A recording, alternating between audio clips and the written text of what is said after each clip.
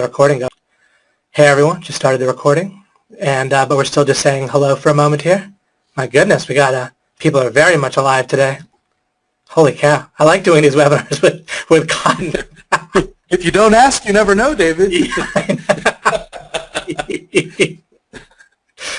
Hashtag pulse. No, no kidding. No, we've had great Alchemy webinars. People are terrific. Wonderful questions, wonderful interaction. But this is a lot of living. Excellent faith. Love it. All right. All right. Let's see. We can just start to kick things off. Got a lot to cover, but while I have your attention, yeah, I'll go to this slide actually. Details may come fast and furious today, I wrote, while I have your attention tonight. If you already have the right questions, you'll remember the answers. If you don't yet, you'll at least get a lot of questions, but you'll in all seriousness, you'll get tons of details, and the general framework of what I'm talking about should make some good sense. But there might be some details that you'll want to get on the back end, on the replay, and so forth. I'm going to err on the side of cramming it in today, but we'll see how it all goes. When I've had an idea, I just written it on the slides there today, so I have a bunch of them. Okay, I'm going to go quickly through the slide. I'm not going to get too much into these things, but I wrote what I mean by play to win. One way to look at what I'm talking about is it's better than flow. Like a flow state, is where you kind of forget yourself, right? And you're kind of into what you're doing, and they say that you want to have like a bit of a challenge, but like not too hard, and so you don't get bored, but then not too hard where you kind of get frustrated or stopped. With flow, you can get stopped and shaken out of it fairly easily. What we want to do is have all the advantages of a flow state added to where nothing's going to stop you. And that's one way to look at what I mean by playing to win. We also, as I'll get to more as well, but one of the indications is, and then one of the things that really inspired me to create this particular webinar on this topic in this sort of standalone way is that sometimes, or really all of us, and I run into this, but working on this and using this idea has helped me tremendously. The whole idea in this webinar. But feedback is we have such a like love-hate relationship, right? Often when we're going for our goals with feedback, with like we go and do something and we're worried about that we want to get a certain result, or we have expectations, we want them to be met, and or people give us feedback and we want it to be a certain way, and if it's not that way, we can it cannot feel very nice, and the fear of certain types of inputs or feedback, or failure. Feedback and so forth can, of course, cause us to feel paralyzed and not even go for things in the first place. So what we want to do is create a model that I want to give you that's kind of a standalone model. And in all of Alchemy, the 30 webinars worth that I'm doing for you, because I'm playing to win in Alchemy, right? We're doing about 30 webinars or more. Then we'll really get underneath a whole number of things, and I'll give you my full model and full system. This webinar is kind of a standalone, somewhat of a shortcut, somewhat of like a standalone model, but that should benefit you significantly. But one of the ways to kind of get a sense of what I'm talking about is we want to be able to at times go after our goals in a way where we don't have this love-hate relationship with the feedback that we're getting. And then I wrote why and when to choose to play to win. When you don't want to be driving with the brakes on, so to speak, and it's going to be a choice. We don't need to fight every battle. And this will also be a little bit of what I'll be covering. I'm kind of going over. I'm not going to try to answer all these questions on this slide. Just giving you a sense of that you want to get a sense of why and when to choose to play to win. And but then one of the things you want to take away from this webinar and this model I'll give you is that playing to win isn't just a decision or a direct act of will that you just like, all right, I'm going to play to win, and you just are. As I wrote on the post for this, that it's something you're going to need to do on kind of a separate track where you're clearing the way and you're planning properly in order to be playing to win. It's not just something you can choose to do. It's not just a mindset in the sense that it's like a plug-in that you just kind of put on top of all your planning and your current, like how you feel, and you just plop, stick in, okay, now I'm going to play to win. I'll just flick that switch. It's a decision to perform an action of planning properly in order to really play to win. As long as you think you can just decide to do it, then you're kind of locked out of doing it for real, in essence. So there'll be times when you're going to choose to play to win. You're going to plan. And you're going to plan where there's going to be two things going on. When you're going to play to win, you're going to decide that you do want to go for that particular thing. You want to make it a priority. And so you have that energy and that kind of battery that you're hooked up to where you decide you are going to do it. But then the second thing you're going to want to do besides choosing that you want to play to win is then you're going to want to eliminate failure conditions. Because if you're really playing to win, you do that by making it actually so you really can't fail, or by eliminating virtually every failure condition. And I think it'll be eye-opening as I point out to you the different ways that people build failure conditions, or they're kind of built in without us realizing it into our plans or our goal achievement. Again, there's failure conditions built in, and people don't realize that. They don't do anything about it. So they can claim they're playing to win, but there's all sorts of ways that failure is implied. And so a big part of playing to win is to understand and do getting rid of those conditions, either partly ahead of time and then partly as they come up, realizing that you can eliminate them sometimes on the fly. Other times you can kind of reflect and take a little while and figure it out how to eliminate the condition. When there really are failure conditions, then you pretty much really do need to drive with one foot on the brake, one foot on the gas. So you can't have, and I'll give you an illustration here as an example. You can't have conditions that really could make you fail. At least there's a way in which what I'm saying is true. There's different ways to interpret it. But there's a way in which there can be real conditions where you really do need to have one foot on the brake and one foot on the gas. And then if we just say, oh, those conditions don't exist, but they do, and then we just have the foot on the gas and nothing on the brake, then we could just crash and really hurt ourselves or something. Or often we'll start to put that foot on the gas, take it off the brake, and we'll get scared, but legitimately, and then we'll put our foot back in the brake, and we'll kind of keep defaulting back to having one foot on the brake when we're trying to go. And it might just not be fast enough to get us through, to break us through, if that's the case. But then we won't understand what's happening when we keep on putting our foot back on the brake. But when you realize to look for failure conditions and what those look like and how to remove them, then that's going to be a significant part of the model, is it's kind of built into the model how to not have that. And just as a quick example, if an army is advancing forward and it has a supply line that's kind of supplying its forward army as it takes new territory, if it hasn't properly eliminated the enemy behind its lines and the supply line really is or could be being attacked, then it really does need to keep on looking back and around and watching its back, right?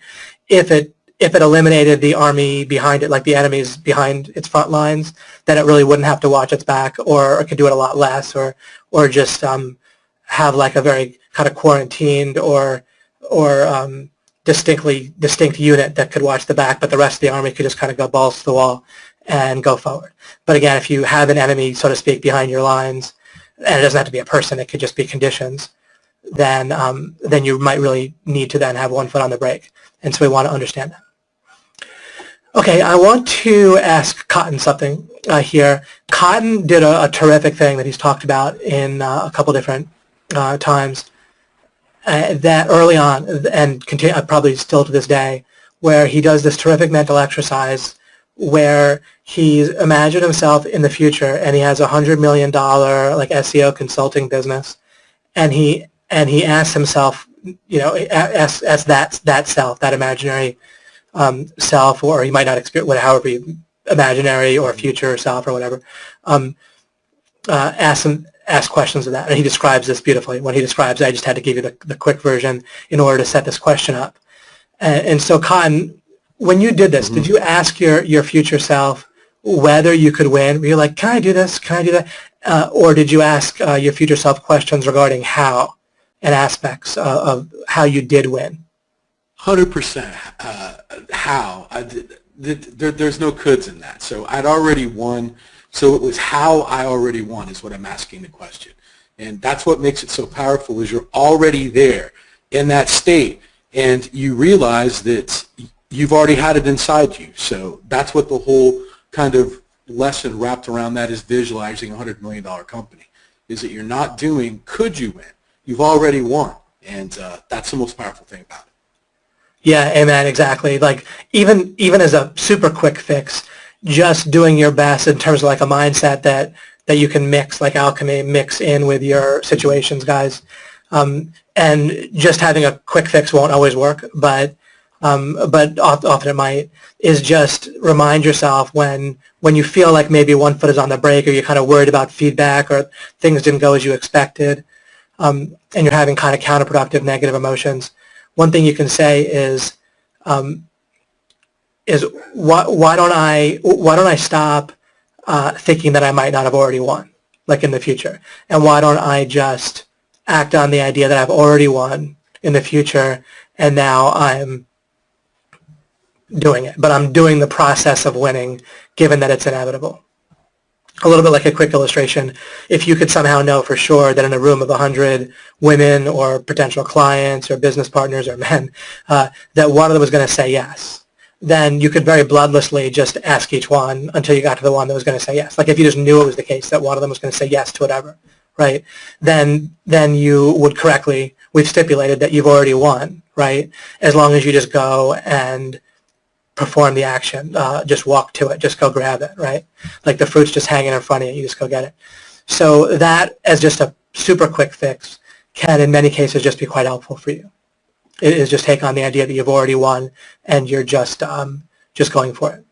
But I like to understand things even more deeply than that. The reason I call this whole webinar series Alchemy is it has to do with the idea of breaking ideas and into their more basic components, so you can have the right building blocks and you put them together the way you want, so you can achieve your financial goals, relationship goals, and so forth by like if you no longer want to have particular negative emotions, then if you understand the ingredients that come together to create the conditions for that negative emotion, then you can tease apart the ingredients. If some of that situation is still something you want, you have that, but you don't add in the negative ingredients. And the more things we understand, the more building blocks, and then we put them together for what we want. So, that's what I'm doing here with you today regarding this idea of how to win. We're taking a look at the elements of it, and we're putting it together into a model for ourselves. Okay, and do you guys see the potential failure condition in asking whether? Because if you're asking whether, you can win, either just to yourself, like in the moment, or to your future self, or whatever, then that implies that you might fail, right? And that's a failure condition, right? That's like building in the idea of failure into your endeavor, into your achievement that you're going for. Okay, I already went to this slide, so we can continue fast and furiously. Let me point out quickly that you don't have to fight every battle. Really what's going on with people so much is that they're just trying to upkeep their self-image. They're trying to, and your self-image is composed of like how you think you should be and how life should be, and how life should treat you and so forth. Our goals aren't nearly as intentional or clear as distinct as we suppose that they are. Our mind kind of tells us they are, but there's no there often. It's not really there. And so the reason people just try to like fight every battle or achieve whatever comes in front of them, or feel like they have to succeed at all these different little things, or succeed every time they try or whatever, is when we're not really being strategic, as I'll get to, and instead we're just letting our mind by default just try to upkeep our self-image and prove that we're already smart and already good and so forth. So this isn't about like always playing to win. One of the ways to always play to win when you want is to not play to win when it's not the right time for it. And I often don't just try to win every battle, right? So sometimes you just aren't trying to win in some areas of life, which is fine. Acknowledge that and relax, right? And you can just get to it. And sometimes the way to get to one thing is to complete on the result that you're going for right now, and then that'll set you up better for the next thing. And just let go on the next thing and just go for what you want. As a simple example, if you're going to start a partnership with someone or a venture of some sort, or even a consulting arrangement, then if it's true that you guys are going to crush it for the next 10 years or crush it on some big project, then isn't it also true that you'll crush it on a smaller, more temporary project? And so why not just fully go for that? And then acknowledge that, of course, like if it's true that you're going to have the grand slam, then it's also true that you'll have the base hit first, and just go for the base hit first. And at least don't try to do both at once. I don't mean that you have to just find something bite-sized every time, but at least if there is something bite-sized and there's something big, you might want to just win the bite-sized battle or project first, so you can go like all out properly on that, and then just do the next thing. Trying to win in several places at once is just kind of automatically, it's like trying to drive in several directions at once. It's just not. It's never going to be as effective, right? Your focus is limited, and we can take advantage of that. I'll show you ways to actually take advantage of the fact that your focus is limited. But since your focus is finite, but it's always being spent, right? It's like you're a government agency and you have a certain amount of money, right, each year, and you spend it or you don't. If you don't spend it, you just kind of don't get it. It goes away. You can't accumulate it. Then you might as well spend it. But again, if you don't, and you only have so much. So with your own focus, if you're going to spend your money, your focus on one thing, you're not spending it somewhere else. And you need to always, as part of your planning, you need to add in, like alchemy, always the idea that your focus is finite. It's fixed. And you can't just tell yourself, oh, I'll just do all these things. If you do, you might succeed in all of them, but only if you could succeed without fully playing to win as much as you could, right? Sometimes we can win without playing that hard. But you need to decide whether that's something you want to risk. Okay, and it can really just be relaxing often. Just realizing that sometimes the great thing about being specific and clear about playing to win really is, and I experienced this. I'm testifying to you for years that knowing when I'm not playing to win and just relaxing regarding it is a great benefit too. So just being able to... You know what, David? Yeah. I'd like to interject for a second. This is super powerful to me for the same reason is I followed this, what's up on the screen, to a T, and it always blows me away how you're able to define exactly what I'm doing.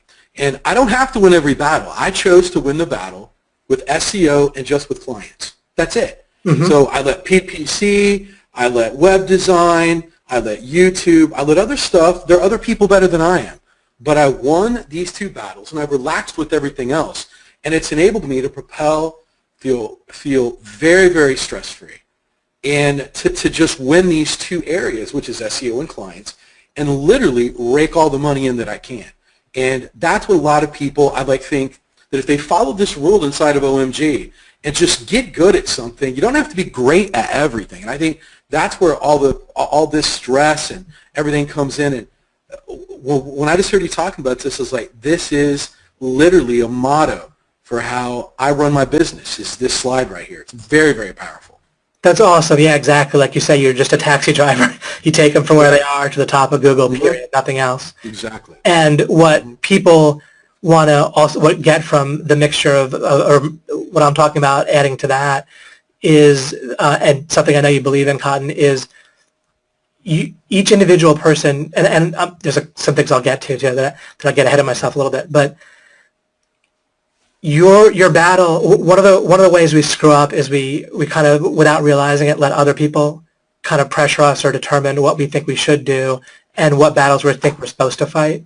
And you want to decide for yourself strategically, not just your intuition is going to just tell you what other people have told you. Basically, your intuition comes from your mind, and your mind is a lot a compilation of other people's opinions and pressures and just what they're doing and so forth, and the norms and standards that are out there. But you want to strategically figure out for yourself what battle you want to fight. It doesn't have to be the exact one that Cotton's fighting. And as part of strategically deciding what battle you want to fight, it's very valid to poke around at first, follow through on a few different things to a good degree, and get a sense of what battle you want to fight. You don't have to decide on day one what battle you're going to fight. That's kind of how OMG is designed, so you can find the right mountain to climb and then climb it, both. I'm kind of begging to, or giving you a closed question here, but you would agree with that, right, Cotton? Oh, 100%. Yeah. 100%. You're dead on. Okay, just because I kind of put words in your mouth, so of course I knew that you. Okay, let us continue then. Zooming through slides. Often I'll be the one slide wonder and spend 2 hours on one slide, but not today. We're moving along. No breaks today. Okay, so let's define the problem here. And I defined it pretty elaborately here on this slide. But this is what we're dealing with, and to the extent that you're dealing with, that you run into any of these things, and I do run into these things to some degree, but I have also a good understanding of where it's coming from, and then I can dissolve it. Again, like the alchemy idea. If you know the ingredients of these things, then you can work your way out of it with some little bit of reflection and planning and realizing what kind of went wrong by default. So I named a number of related problems, and these are all related to not achieving this kind of super flow state that's better than flow.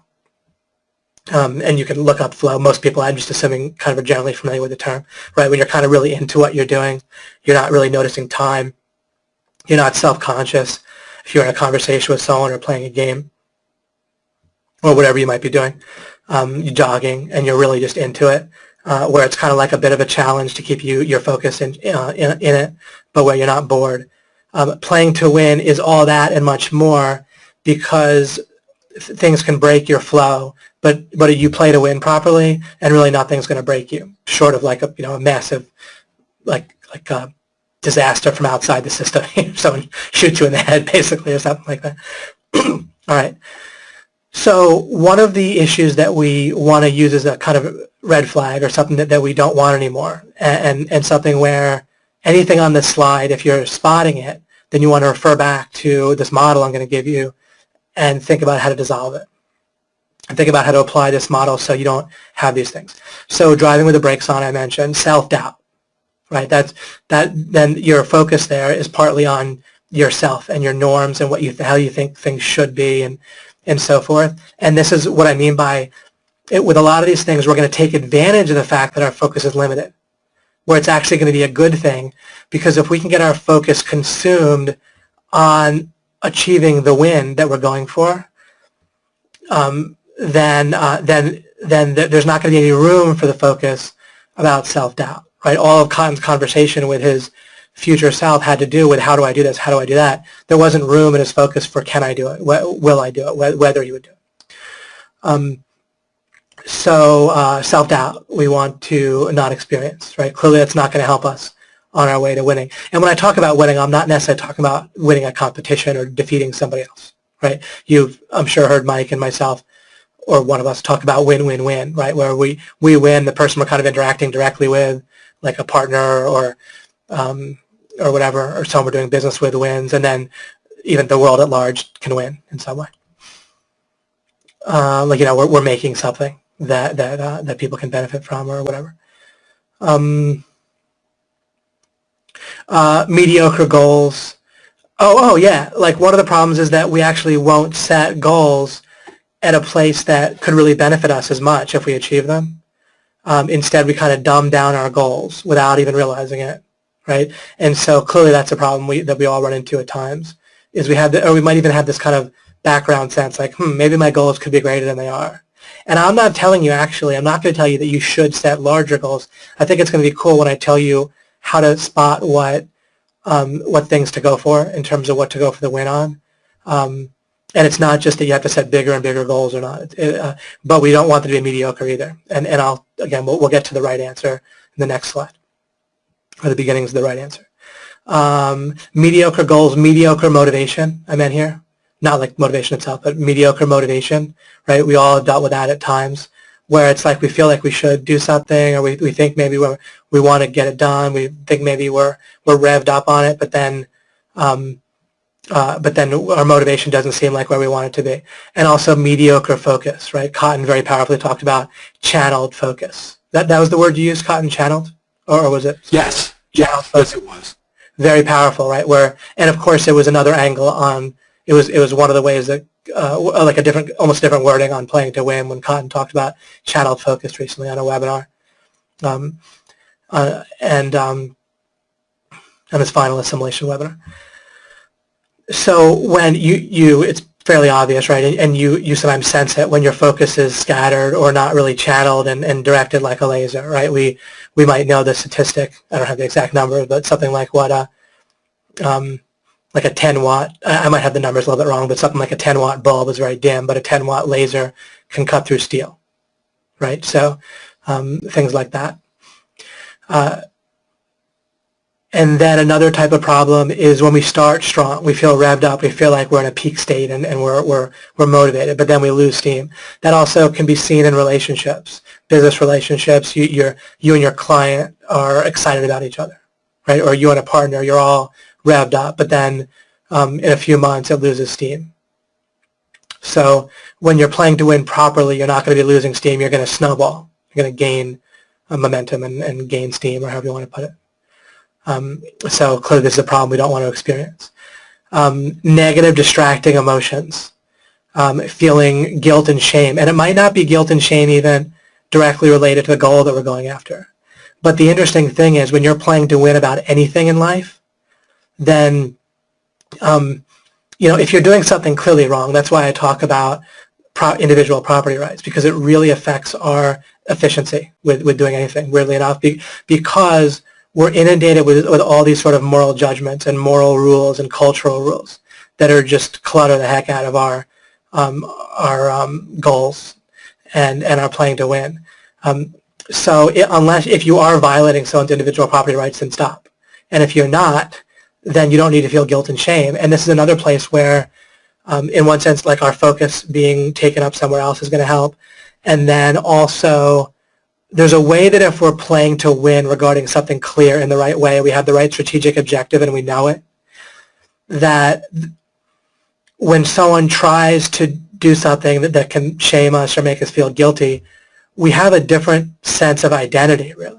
When you're identified with a person who's playing to win, who's winning not just because they like suppose that they're winning, not like winning but they could fail, but like grabbing a win that's there, that they've set up to grab for themselves in the right way, then there's a way that that sense of who you are and what you're identified with doesn't have room, or it doesn't make any sense to feel guilty or ashamed if you're consumed in that way. You're just not like identified with a type of entity that could feel guilt and shame. You're winning in a great way, and not winning in a temporary way, but winning in like a definite way. Interestingly enough, even the idea like I'm determined, you won't even have to, when you're playing to win properly, you don't need to make statements like I'm determined to win, I'm gonna do it. That's a lot like when I said asking whether you would win. If you're determined to win, it still carries this seed or idea that maybe you won't, or that you need determination in order to win. So you just need to follow through on your tactics in order to finish winning, is what I'll get to. All right, so fear. Again, fear, the negative emotion of fear is one that's not strategic, it's maladaptive, right? So there's a funny T-shirt or meme that I saw the other day, just kind of randomly, that said, "What doesn't kill me makes me stronger," and then it said, "But except for bears, bears will effing kill you." So, but that kind of encapsulates what I mean here. Is strategically, there's a way because you've experienced this, you've experienced really playing to win, and when you are, there's tactics that you'll take and there's directions that you'll go, even just driving somewhere. You don't like fear driving into a building, but you're not going to do it. you can see that you're going to go in the wrong direction, and then you don't, right? You go in the correct direction. And there's a way that when you're playing to win properly, you can see kind of clearly because you're not clouded with like being worried about this or being worried about that and thinking about this and worried about yourself, right? And so when you can see with more clarity, then you can see if there's a pear or a tree you're going to hit, right? And you don't, or a building, and you don't hit it, right? You go in the right direction. So you can avoid going in bad directions. That's fine. And you could, if you want, you could frame that as, well, I'm afraid of hitting the building, sure, right? But you experience it in a way that's obviously adaptive, right? But this sort of vague fear, or the fear when I talked about in my video about fear, where your mind is just getting stuck, right? If you're tactically avoiding going in the wrong direction and seeing and going and poking around for the right direction, or you see the right direction you're going it, you're not stuck. Your mind isn't stuck on this object of your fear. You're not like obsessed with the building that's on the other side of the T intersection, right? If you drove through the T intersection into the yard and then hit a house, you're not like fixated on the house when you make a right turn or a left turn to go where you're trying to go, right? You're not fixated on the object of your fear. You just notice, okay, I don't want that, and so I'll go in a different direction. And even if you don't know the right direction, you just, okay, I don't want that, and then you start looking somewhere for something that is the right direction, even if you don't know where it is, right? So you're not stuck or fixated on fear.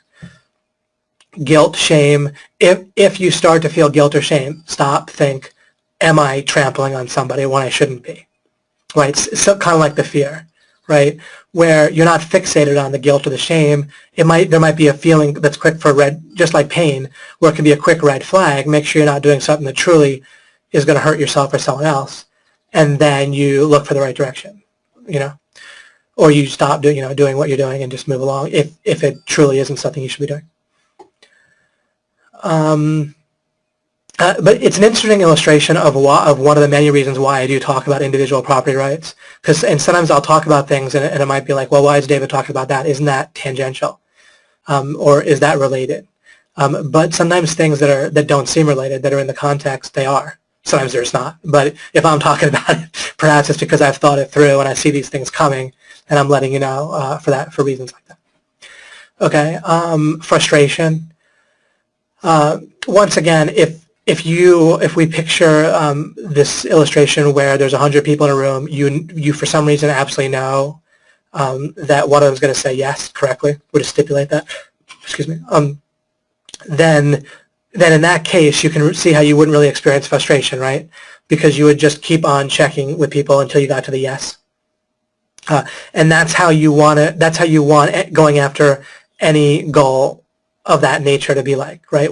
Where anything where you could potentially experience frustration.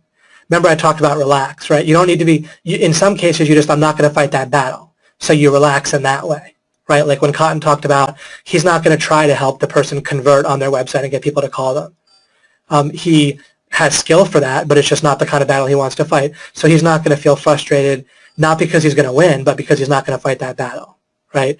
And then otherwise, if it's regarding ranking a website and it's stuck, he's also not going to have to feel frustrated. He's just going to keep on trying things that could work. And if he runs out of all those things, I don't know that he ever has, but if he does, then he starts to look for other things that might work, right? But so you either don't need to feel frustration because you're going for the win, period. You're not wondering whether you're going to win, right? Or because you're just relaxed, you're not fighting that battle. It's okay. And sometimes you're not fighting a battle. If it happens, great. You don't have to necessarily surrender to not fight a battle, but you just kind of get what you get, right? Without it making it like your big stand. And then like the bad type of stress, right? And a little bit like the bad type of anger or stress, anything like that, where it's just counterproductive type stress. It's paralyzing, unhealthy, or anything like that. Another thing where you don't need to feel this if you're playing to win. I'm going to show you how to separate out what I'll call strategic objectives from tactical objectives. And anything with a time limit or an expiration date, we're going to categorize differently, so you don't need to feel the bad type of stress for it. And I'll get to that in the next slide. Furthermore, more of the problem that we want to solve on this webinar with this model. And again, we might not fully solve all of these permanently for you just with what's on this webinar, but for it being a couple of hours, then this should be pretty damn efficient for you guys in terms of a done-for-you model that'll solve a lot. Okay, the idea of being overwhelmed, right? And that kind of relates to a bad type of stress. Priorities, right? People often have an issue or a feeling, there's two issues with priorities. One is the feeling of uncertainty regarding priorities and a feeling like there's a wrongness with your priorities. When you have this model I'll give you with playing to win, you won't have that. The other thing is just having the wrong priorities, right? Where it's just actually counterproductive, right? So there's the feeling of wrongness with priorities that we don't want. And then on top of that, we also actually don't want to have wrong priorities regardless of the feeling. And both of those we can solve with this model. And then there's another thing where there's not just a problem with obstacles and negative emotions and drag and so forth. There's another problem that people will encounter when they're supposedly going for the win, but they're really not doing it properly, is they'll be like, right, what is it, like, I can't remember where the cartoon is from, or but like the idea that a dog is going after one thing and then it's like, ooh, a rabbit, right? It just gets totally distracted by that. So chasing after shiny objects or shiny people, right? People that seem like this great opportunity when they might not be, or they might be for someone else or for you at a different point in time. But when you learn to think properly in terms of bottlenecks, then you can decide what you're really going for now. And so even a person who might genuinely be shiny in a good way later might not be right now. And same with a software program or a type of thing that you might learn. Now, again, I want to distinguish this from poking around to see what's right is totally valid and smart and correct. But there's a way in which while you're doing that, you're keeping the thing that you're playing to win with in mind, and everything is geared toward that properly, and you're not just going to go off and get distracted in a way where you don't realize you're distracted, where you've actually forgotten what your supposed goal was, and now you're off on some other tangent. And certainly this, when you're trying to do what Cotton and I do, where we're trying to help people succeed, then we see this, right, where people will chase off after this and chase off after that sometimes. Part of what's built into OMG is to really surround you. And Alchemy, where I'm doing it twice a week, and I'm just going with it. So you're kind of surrounded and have so much of it that it'll kind of keep you feeling from running off and feeling like some other thing is important, kind of for a couple months, just kind of really doing a big push with you is what I'm looking to do and what I'm in the middle of doing with Alchemy. Okay, excellent. You don't need to say anything, Cotton, but just in case this that you're thinking anything and you want to get something in, come up for air for a moment. No, this is, you like covered it amazingly. If I have anything, I'll jump in on some next ones. Okay, super. Okay, let's see. It looks like I have one more slide here. I'm going to go through this quickly. I may almost just read it. Really what we want to do is to set the table properly. All right, so again, playing to win doesn't just involve a decision or a mindset, but it's like a planning action. It's the action of planning and then sometimes revisiting it and clearing your plate properly. And what we're doing is setting the table so that all feedback is turned to our advantage, like a wise and skilled martial artist, right? Like no matter what your opponent tries to throw at you or punch you or do whatever, the ideal, if you're a martial artist, is that you're turning that energy around towards your advantage. And the core problem that we're trying to solve with what I'm talking about here in this webinar is the feedback issue of, like when we have an expectation and it's not met, or we're scared of feedback, so we dumb down our goals, like we're scared of failing or what might happen. And we're just kind of scared of various things happening in the future. We're scared to open our inbox, or we're scared if our client calls what he's going to say, or maybe he'll say that he doesn't want to work with us anymore. If you're feeling that worry about certain types of feedback, and I know you run into this because I know I do, and I know that this is how I deal with it. And the more I've figured this out over the last couple decades, the more I've turned this to my advantage.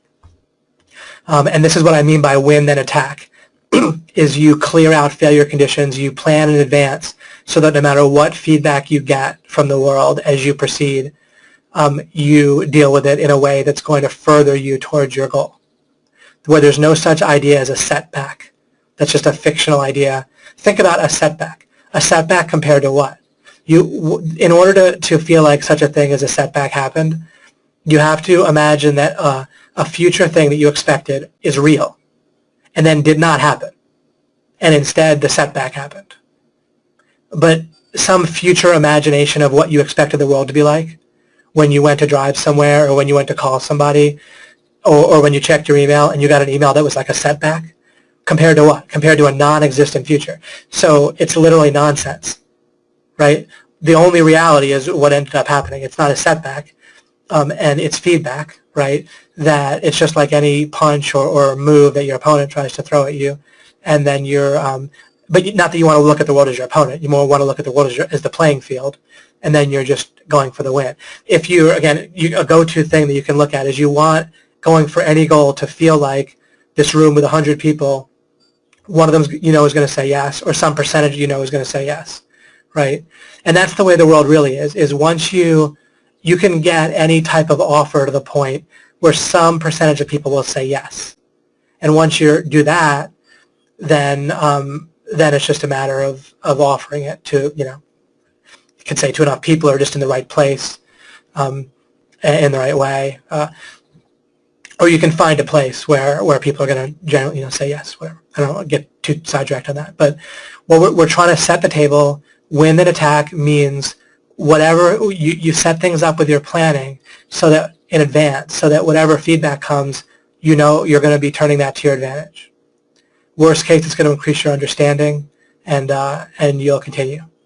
And sometimes you'll have an even more positive result, and you'll get actual resources plus understanding. You're always going to get an understanding, and sometimes you'll get resources, meaning whenever you talk to a potential client or potential customer or potential relationship partner, you'll gain some understanding, and sometimes they'll say yes. Whenever you go to create a website and have it work out or make a whole little business, then worst case, you're going to have a whole bunch of understanding from it, and best case, and even better case, you'll get understanding plus you'll end up with some resources, like a business that's actually giving you some money and that's giving you leverage to do your next partnership that you can use as proof, and so on and so forth, right?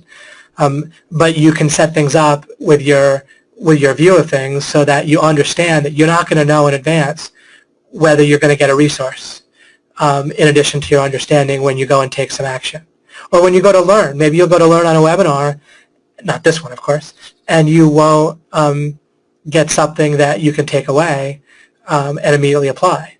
But you got a sense of what was on that particular webinar, and you got something where you know where some stuff is for the future, and so forth. So you can go to learn, and sometimes you might not learn exactly what you wanted. There's times when I've solved issues, technical issues, with going to Google, and I might click on a website, and it'll have instructions. Those instructions won't help me. But clearly the way but I would do it. I just did it like I often do things, where I'm just doing it to win. I don't have someone looking at me saying, oh, maybe you should just not bother, David. Like if I'm trying to solve an issue on my wife's computer, right? This has come up. I have her not watching me because she'll kind of, out of caring, be like, oh, it's okay, David. We can just, not worry about it. I don't want that. I'm not worried about for a certain amount of time. Maybe in advance I can say in 2 hours, maybe, if I still don't have it, or in half an hour, then I'll reflect on whether I want to take it to the shop or something. But for a certain amount of time, I'm just going to solve it. And so I go to the first website, follow through the instructions. Doesn't work. I got some understanding, at least that the first thing didn't work, and but no resources. And then I go to the next one, and often like the fifth one will end up working, and great. And then it just happens bloodlessly. There's no point. And then it's a great example, once again, of the method just works great. And then I just wrote this on the screen. I'm not going to delve into this, but this is such a great hack in life, or a real simple shortcut that you can look to apply, like alchemy. Again, you can look to mix it in with your situations, and you can seek to understand it better if you choose to, and I recommend choosing to, is you can respond to all inputs, like all feedback in life, all situations, in one of just two ways: appreciation, like gratitude, or curiosity. Okay. So let me get to the model, and the model involves distinguishing these three things. And so I'm going to go over briefly, and then I have a brief slide on each one, further slide on each one. So by default, and this is a very important lesson to grasp or whatever, the first main block in you applying this is to not, if you don't realize that by default your goals are going to be of a certain type and then your playing to win is not going to happen, by default you are going to drive with like the brakes on while you also have the foot on. If you don't embrace the fact that that's what's going to happen unless you do something specific, then you're just going to let your brain's going to tell you, I have it handled. And if you believe it, then you're not going to be playing to win. So your brain will be like, oh, don't worry, we're playing to win. But it'll really feel like it has it handled. And if you don't do this process, you're not going to be playing to win. And that's the biggest hurdle, or so to speak. You break through that, you're not really going to have a problem. So your first impulse. So what you want to get is that the reason why you're experiencing these problems is because your goals are goals you think you should have. And so the reason why we sometimes feel like maybe I'm lazy, maybe I'm not setting strong enough goals, maybe this, maybe that, is we again, if we think of Cotton, and when he's ranking a website, he's going to get feedback from his clients, especially early on. I'm sure he keeps them within his, what he calls his velvet ropes, mostly, where he doesn't hear this. But at some point, he would get pressure, I'm sure, early on at time, or even, I have no idea now. But, well, can't you just do this thing? Well, you should. People should be calling. And, of course, a whole lot of times when he ranks people, they do call. But if the person's site isn't set up properly and doesn't have the right conversion, then have you ever gotten feedback like that, right, Cotton, where other people are trying to tell you what you should do? Oh, absolutely. You have every client that has their own vision of what you're offering it is, and I've got to bring them right back in the velvet ropes and tell them what I do and what I offer, and that's it. So exactly. And so you're doing the first step in that by default our goals are going to be what other people think we should do. And it's not going to feel like that. It's going to feel like it's coming from us. Like we're going to feel like, oh, I should do it, right? I can easily imagine if I'm starting out ranking people's websites and getting clients and they tell me, and they have these feelings of what I should do, it would affect me, right? I would feel it. And thank goodness we have Cotton who's been through it, figured it out, and tells us how to look at it the right way. But the first problem you're running into, again, is you basically can't play to win about goals that you just feel like you should have. Now, there may be overlap. It may turn out that proper goals that you're going to pick strategically happen to be the same as something you feel like you should do. But you're going to have all these other goals, and you might even have to change them. You might have to alchemize. There might be something you feel like you should do, and it might contain ingredients that you want to tease out and figure out and separate out by having more clarity. That, okay, wait, I want to do this. Like regarding making money, you might have one sense of the money you should make, and then you might get more clarity about it and realize that you want to tweak that goal. Maybe you want more money, but maybe it's like a set amount, total amount. Maybe it's not exactly money, but it's a particular financial state you want your life to be in.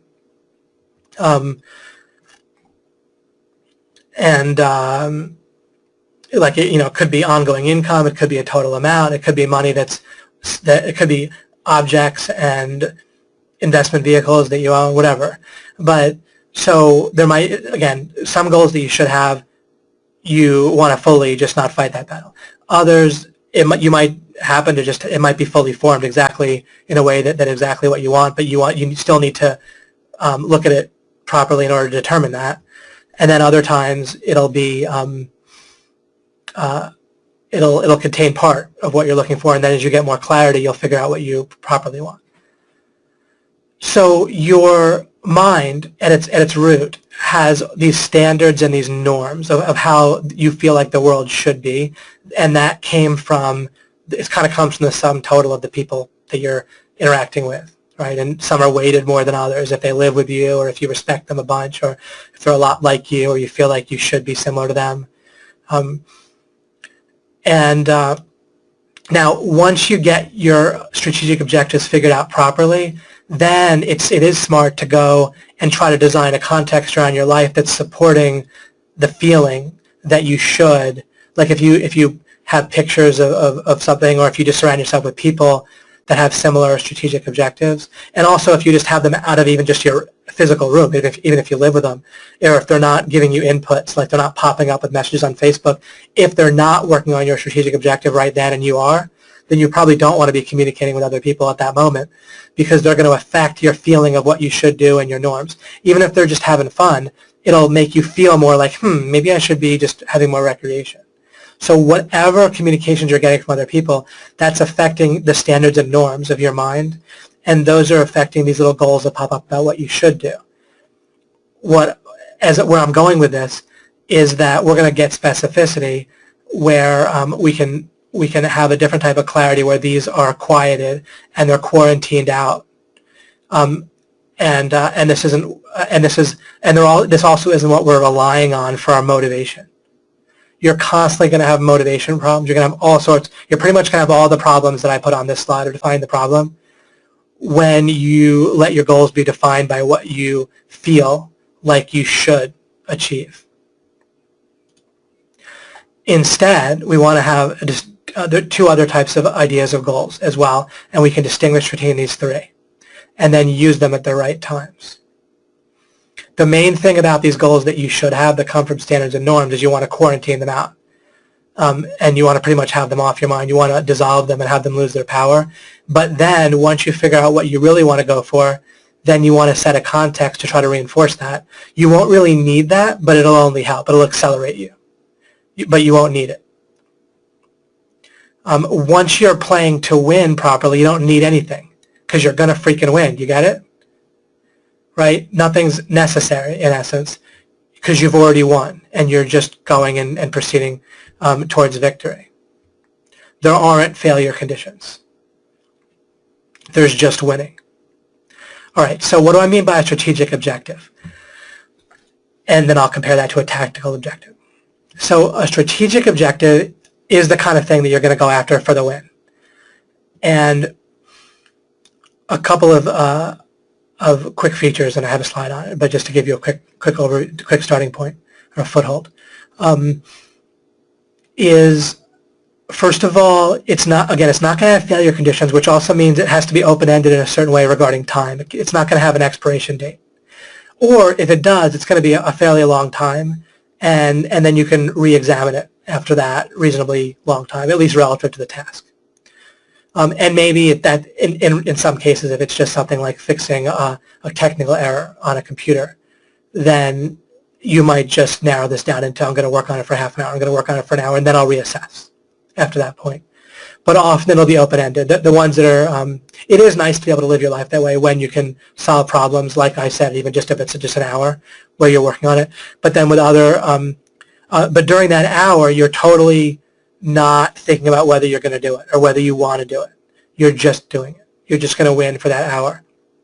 And then, but then with more open-ended things where you're going to definitely win, and in an enclosed case like that where it's kind of small, then you again you're going to win within that space. That you created a space in which, and you could say, well, what if you come to the hour? Didn't you not win?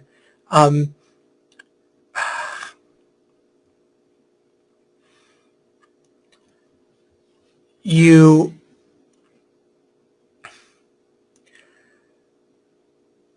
got all the benefits out of playing to win during that time.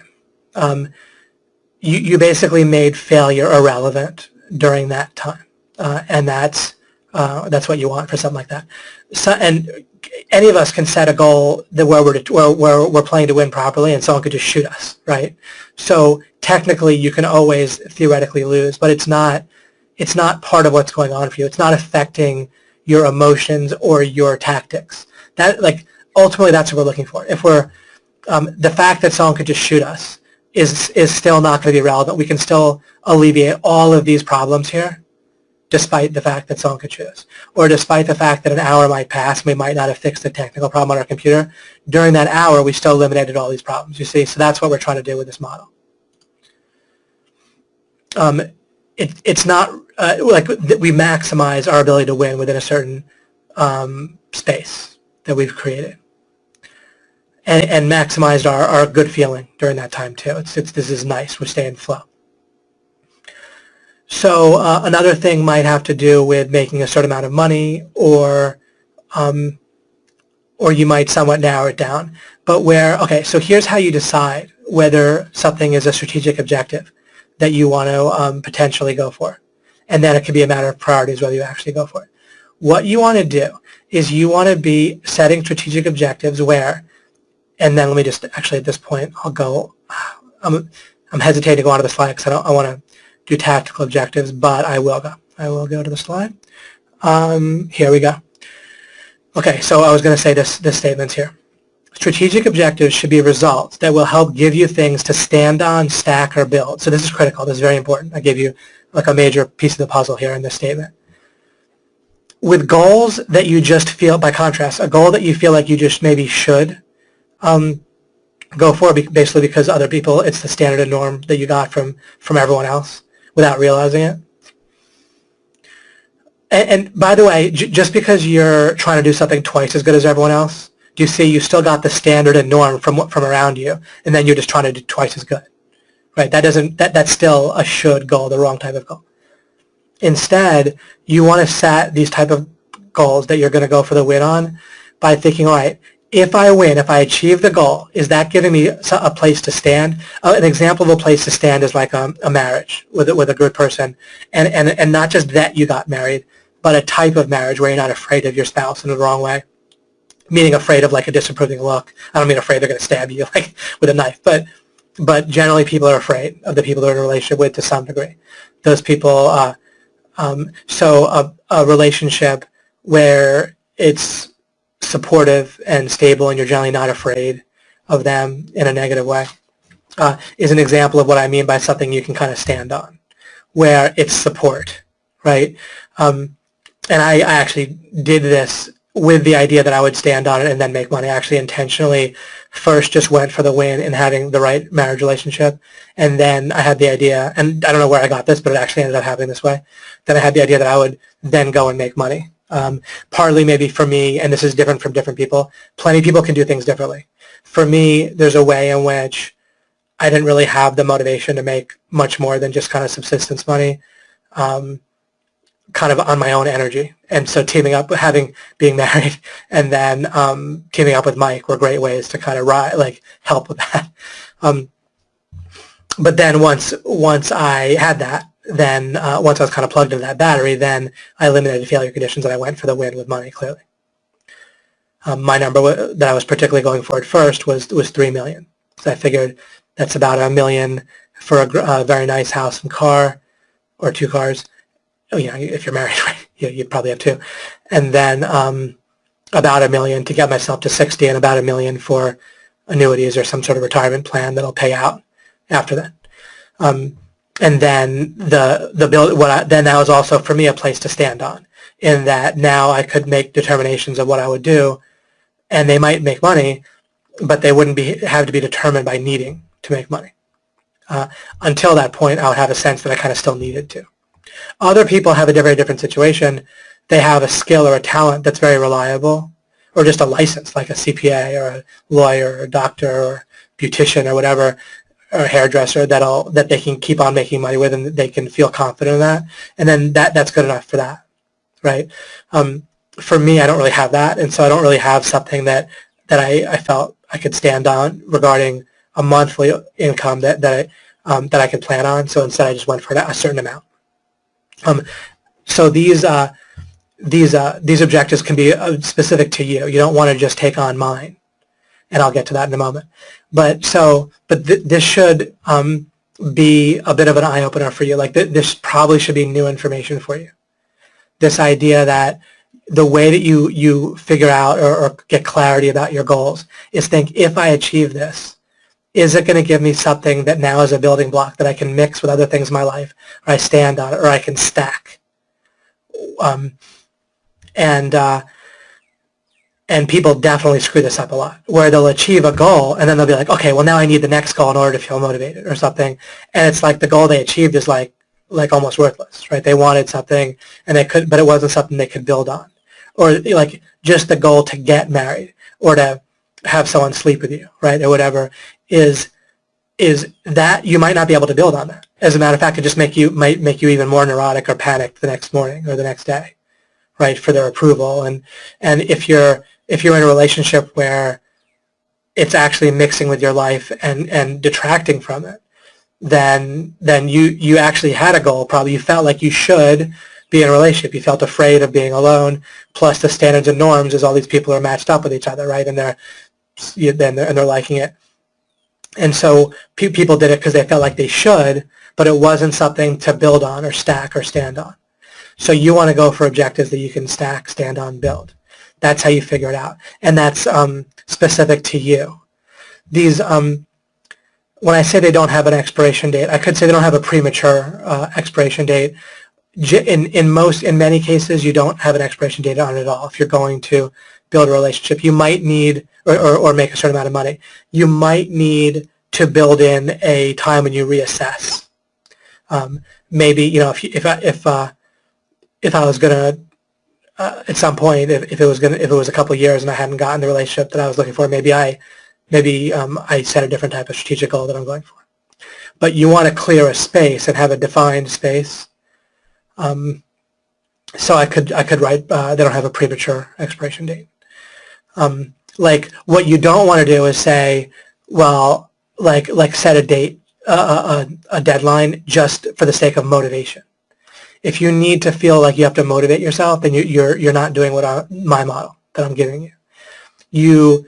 All the motivation you need should be worked in to realizing, to imagining the scenario in which you have what you want and you're standing on it, or you're building with it, and you're building the next cool thing in your life with it. Okay, you're using it. So imagine yourself using it, and it's helping you, and it's nice, right? The strategic objective after having achieved it. That should certainly be motivating enough, and otherwise you eliminate drag and failure conditions and so forth, and that should be all you need. You don't, you shouldn't need to keep on feeling motivated, and you don't want to build in a failure condition that's arbitrary, like by a certain time period. You could build in a time when you're going to reflect again on how things are going. But now there's a difference between reflecting tactically that I'll get to, and reflecting on whether or not you're gonna win. And I generally just don't build in a time when I'm going to reflect on whether or not I'm going to win. Because with the major things, and then if it's a thing where you pretty much might have to. Although even when I would sit down, I've done this a couple times, so like solve a tech issue. There's a way in which I'm just going to solve it because I know the solution's out there. I know it can be solved, and so I'm just going to go solve it. But I guess realistically, if there's a certain amount of time passes where I have to reassess or try to get help from someone, then I would.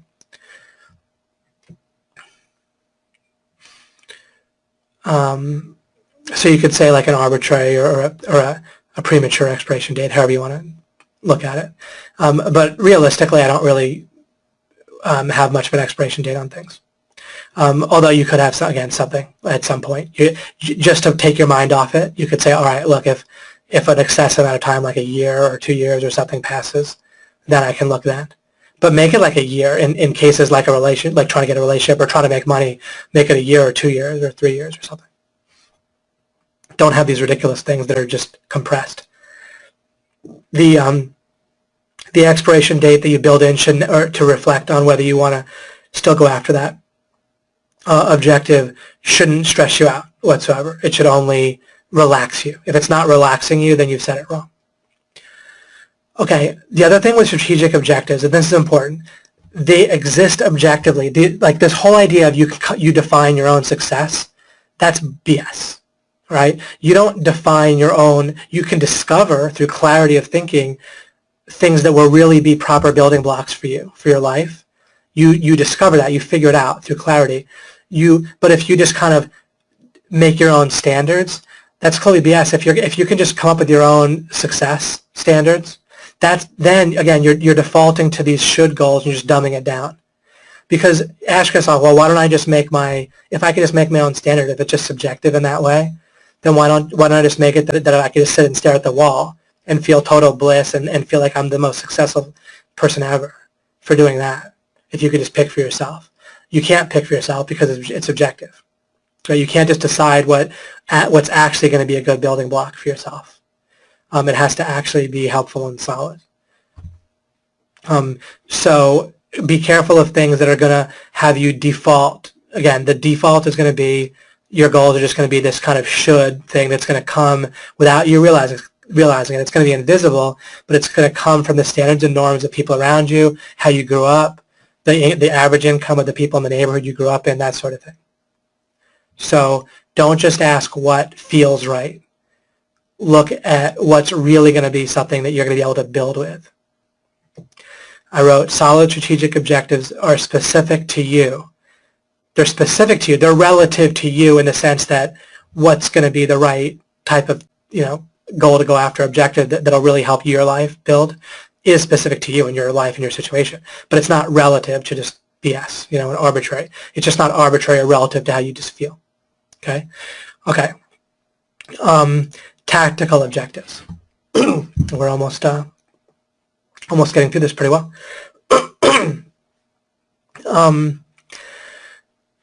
What we're going to need to do now is to have a way to distinguish, because there's going to be all sorts of poking around that we're going to want to do. Like, for example, we're going to, in some way, have a conversation with people as we're networking, right? In some way. We might be in a place where they're particularly open to our offer, or we might just be meeting people in general and maybe just to network, kind of at a party or a general gathering, or whatever. It might be kind of cold, it might not. But one way or the other, as an example, we might be reaching out to people. When you reach out to a particular person, you can't be playing to win in the sense of that guy or girl or woman is going to be my client, or that person is going to be the one I'm going to marry. Right? So we need to have a distinction here to have two different categories, because we can't just be playing to win with every little potential thing that we're trying to do, like reaching out to a particular person. You see? We need to have a way to follow through on certain tactics without saying, I'm going to succeed, right? If I do a launch and I'm thinking, even a launch itself, like a whole month-long or multi-month product launch that I might do in my business, I need to be able to do it in a way where I'm going to follow through and go for it, but where I'm not somehow failing if I don't hit a certain sales number or whatever. And again, just like approaching a particular person or trying to have a relationship with a particular person. So that's why we would need to have this idea of tactical objectives. Tactical objectives do have an expiration date. Or students, when I had my accelerated learning course at University of Virginia, they would ask me, well, what should I study for the test? What grade should I go for? And I'd be like, well, 100. And they'd say, well, but what if I don't hit 100?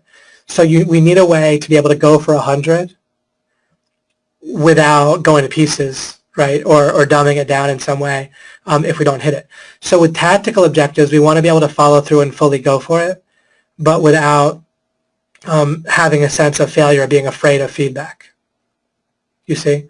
And that's when we need to also be able to poke around and try things, and realizing we don't know if it's going to work, or if we're trying to solve a maze, right, in a piece of paper where there's like a maze, in like a puzzle book or something, then we need to not be afraid to go down dead ends, right? A tactical objective might be, okay, I'm gonna trace my pen, or if we're physically in a maze, like a big human-sized maze, then we need to be able to go down and try a route without being afraid that we're going to hit a dead end. We need to understand that we don't know in advance if it's going to be a dead end, and so we're going to follow through to see if it's going to be a dead end. And we really don't need, one of the things here is we don't really want to pride ourselves in prematurely figuring out that it's going to be a dead end, including with a person or relationship. I try to get people not to try to be too pride themselves in judging people quickly and determining who's going to be a helpful person to be interacting with and who's not. I set people up for success in a relationship with me or in a project that I'm doing with them, and I let it follow through. And even that might not be a full test, right? And so we want to, let's see here. Well, okay, I'll go to this slide and then I'll refer back to this goals you should have slide I have. So here's what I wrote. I wrote a bunch of stuff here. I wrote tactical objectives are goals that possibly might give you an ingredient for your strategic objective, right? You might get a resource. For example, a person might say yes, right? And be your client or be your girlfriend or whatever. And so it might give you an ingredient, or you might go to rank a website and it might work out. Or if you're new, maybe it won't work out right away. Or maybe it'll never work out with that particular thing. So it might give you an actual resource, or it might not. That's what makes it a tactical objective. You don't really know whether you're going to quote-unquote win in the sense of whether it'll actually be a yes or an ingredient or a mini success in that way. But it'll always help you increase your understanding if you know to go for that. One of the things that I teach people fundamentally is that your way of determining your progress needs to boil down to progressing with understanding. And when you look for progress there, then you don't measure progress by whether a particular tactical objective that you went after, quote-unquote, succeeded in the sense of it gave you a resource or an ingredient. It should be worked into your framework, your understanding of life and goal achievement, that the very nature of a tactical objective, the very nature of interacting with a person and seeing if they're going to say yes, there's no rejection, really, right? There's just, you already know in advance that it may turn up heads versus tails or whatever, but you also know it might turn out tails, and you know you can't know in advance. Or at least maybe you theoretically could know if you had more information or if you knew to look somewhere that you don't know to look yet, you didn't realize to look. But in the moment, you don't know, right? And so you just follow through with it. You'll increase your understanding one way or the other. And then, or you'll just, check something off, right? One way or the other, clearly this is the way to go. Clearly, in order to win, you're going to need to poke and try things and follow through with people and follow through with tasks for yourself, where you're not going to know in advance whether it's going to pay off. But doing that as a whole is certainly going to pay off. So we want a framework that allows us to do that. We also don't want to be checking to, if we're doing it particularly right, this whole thing, we're not checking to see how we feel about pursuing a tactical objective.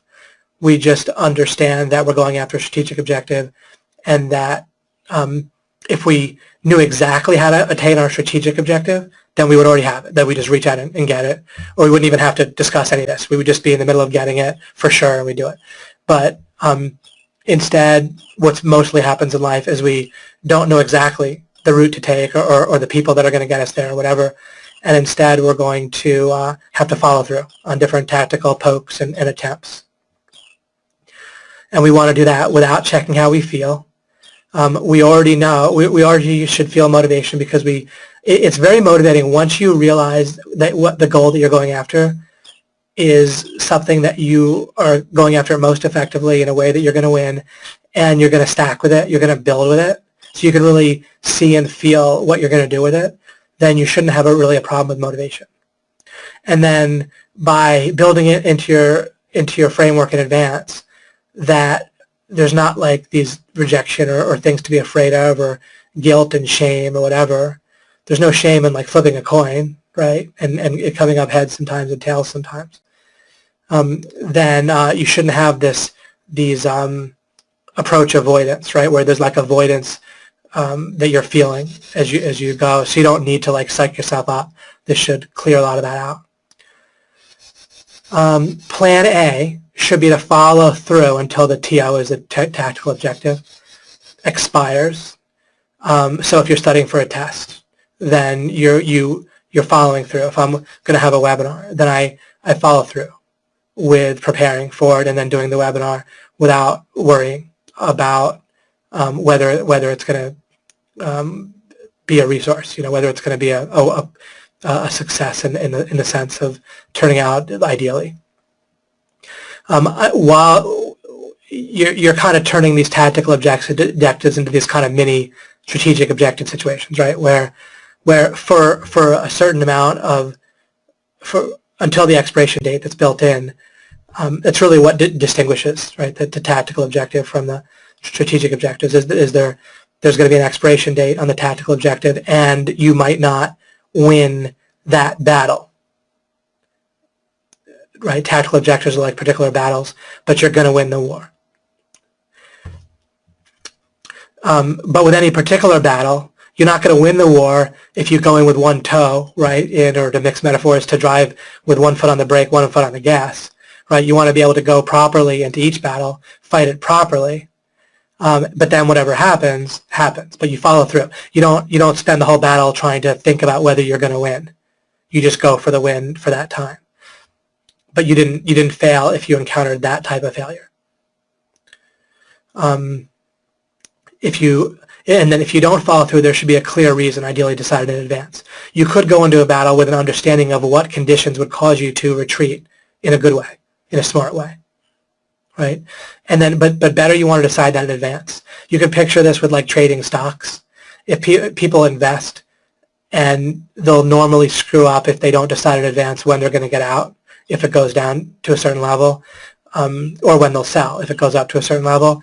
The smart investors decide in advance when they'll get out, when they'll sell, either because it went too low or because it got to a certain high point.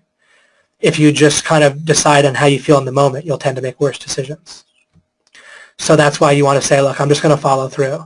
Or if there's a person that you're doing a task with, follow through with it. Don't be, overall, being a person who follows through with other people is going to benefit you greatly.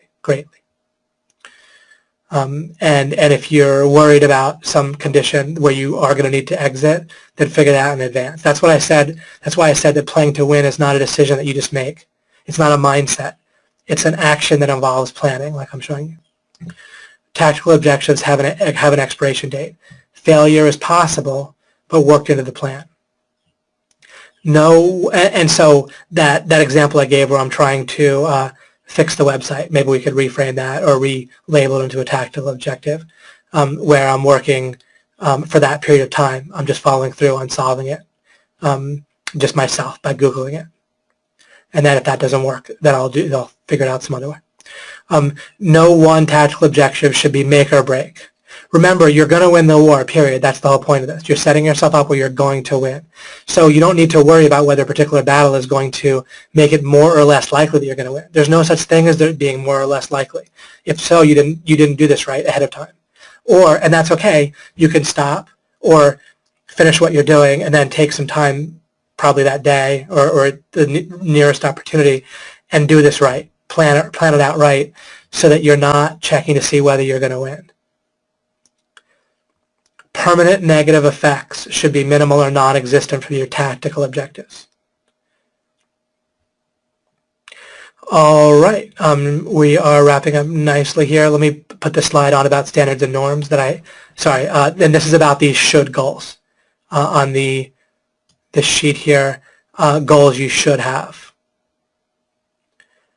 Let me just check this. Oh, I wrote one big reason that this works is that focus is finite. Oh yeah, like if you can get your total focus on your strategic objective, it's not going to be focused on these should goals. They can kind of go away. And so you get focused on a priority. You decide something's going to be your strategic objective. You say it's going to be a priority. And then you're focused with it in a way that naturally the focus comes off of counterproductive goals that could otherwise be triggered or feelings and so forth. And that's why flow works, is that your focus gets drawn in to one task. And it's nice because it comes off of your focus comes out away from stuff that just isn't that nice to think about and counterproductive and maladaptive. You're not like noticing things that can kind of trigger these should goals, right? These should goals that you have, these goals about what you should do, they actually get triggered by your environment, right? By interacting with someone or being reminded of something. But if your focus is off of those triggers, then they're not getting triggered and you're just winning with the one strategic objective. use your common sense with designing your life. You can have time set aside for your family. You can have time set aside for whatever. But then otherwise you have time set aside as well where you're just in that focused on your strategic objective. I wrote, standards and norms are where your default goals and feelings of should come from. Normally, people blur these three things. I'm going to refer back to this model slide. Normally, these are not distinct. These are all blurred into one blurry thing, right? And that's where these problems occur. And people, that's why the brakes are on and all these negative emotions come up and so forth. So, so the model here is we're distinguishing these things as part of our model. Watch how you react to feedback to see if you're on the right track. So if feedback is causing a problem, or if you imagine negative feedback or bad feedback, imagine someone saying no, or imagine getting an email that your website was hacked. And if you're afraid of that, or if that's going to spark a negative emotion in you, then you want to continue to clear that out. And you can just picture going through that. So you can picture what happens, and then what do you do? Right? When you're going for the win, whatever goes on with reality, then what do? You're still playing to win in the exact same way. You're still trying to figure out, okay, given this situation, what's the right tactical thing that I want to try next? Either try or you're sure and you just go do it. Sometimes you can clearly see the next part of the path. Then you just do it, right? You don't have to worry about goals or whatever. You just do it. This whole model is for those times when you can't clearly see the path. That's when you have you make sure you know your strategic objective overall, and then that's when you poke around with tactical objectives that may or may not work. When you can clearly see the path, you don't need this model at all. You just proceed down the path that you can clearly see until you come a point. Either you get to your strategic objective and you achieve it, and then you can figure out your next strategic objective that you want to build, that you can build from if you achieve it. Or you come to a point where you're not at your strategic objective yet, and you're not quite sure how to continue, and that's when you obviously have to poke around with trying different tactical things. If you're wrapped up with predicting, right, this is whether you're going to win, whether you think a person is going to work out, whether you think a client is going to work out, whether it's going to be your next big score. If you're thinking or having self-talk in that way, you haven't set yourself up to play to win fully. You might be fairly effective, you might still win, but you haven't set yourself up ideally if you're thinking about predicting and expecting. Now, you can predict or expect in order to figure out, like I might need to think about how many sales we might make on a launch, like in general, so that I make sure I have the right capacity for it. Or you might have to think about how many clients might say yes in the next week in terms of how set up you are to handle those number of people, right? So that's different. But if you're predicting and expecting in terms of the obvious, right, where there's kind of some negatives, or you're wondering whether you're going to win, and you really want it to be a certain way, you save your wanting for wanting the strategic objective. But don't want a particular outcome out of your tactical objectives. You want your strategic objective. With the tactical objectives, you want what? Understanding. And you're going to get it. So great. You see? So want understanding and want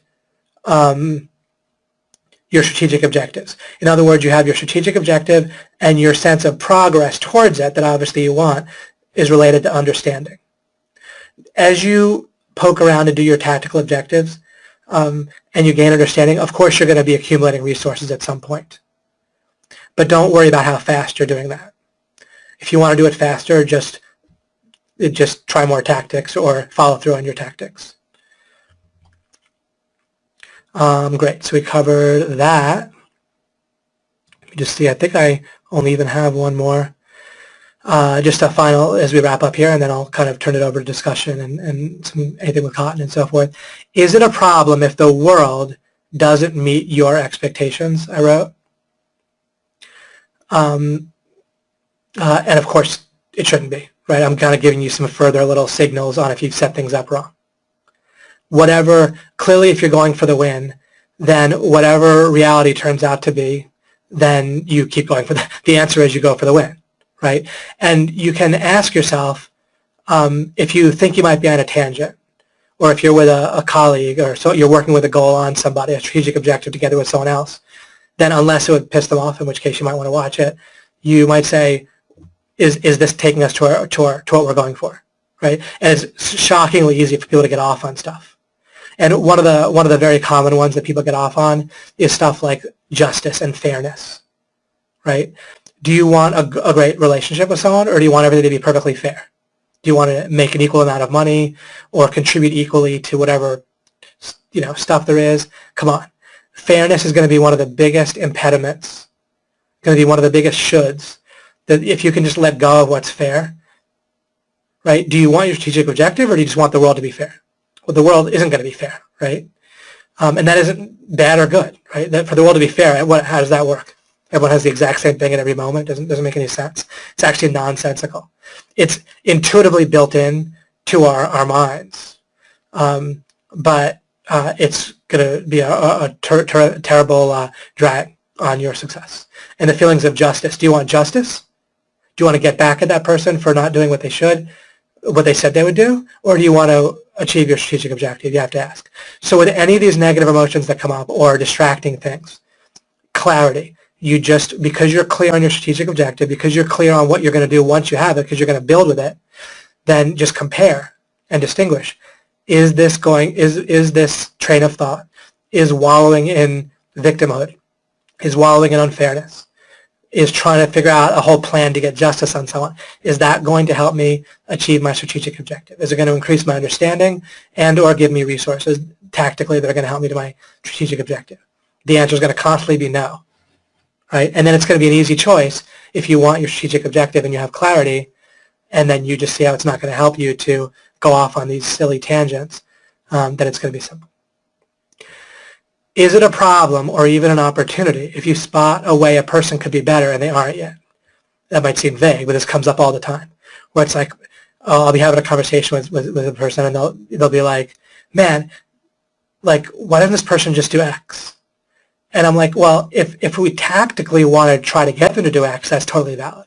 But if we're just saying, well, it's not fair that they're doing this, or if they did this thing, if they followed through better, or if they kept their word, then that would be better.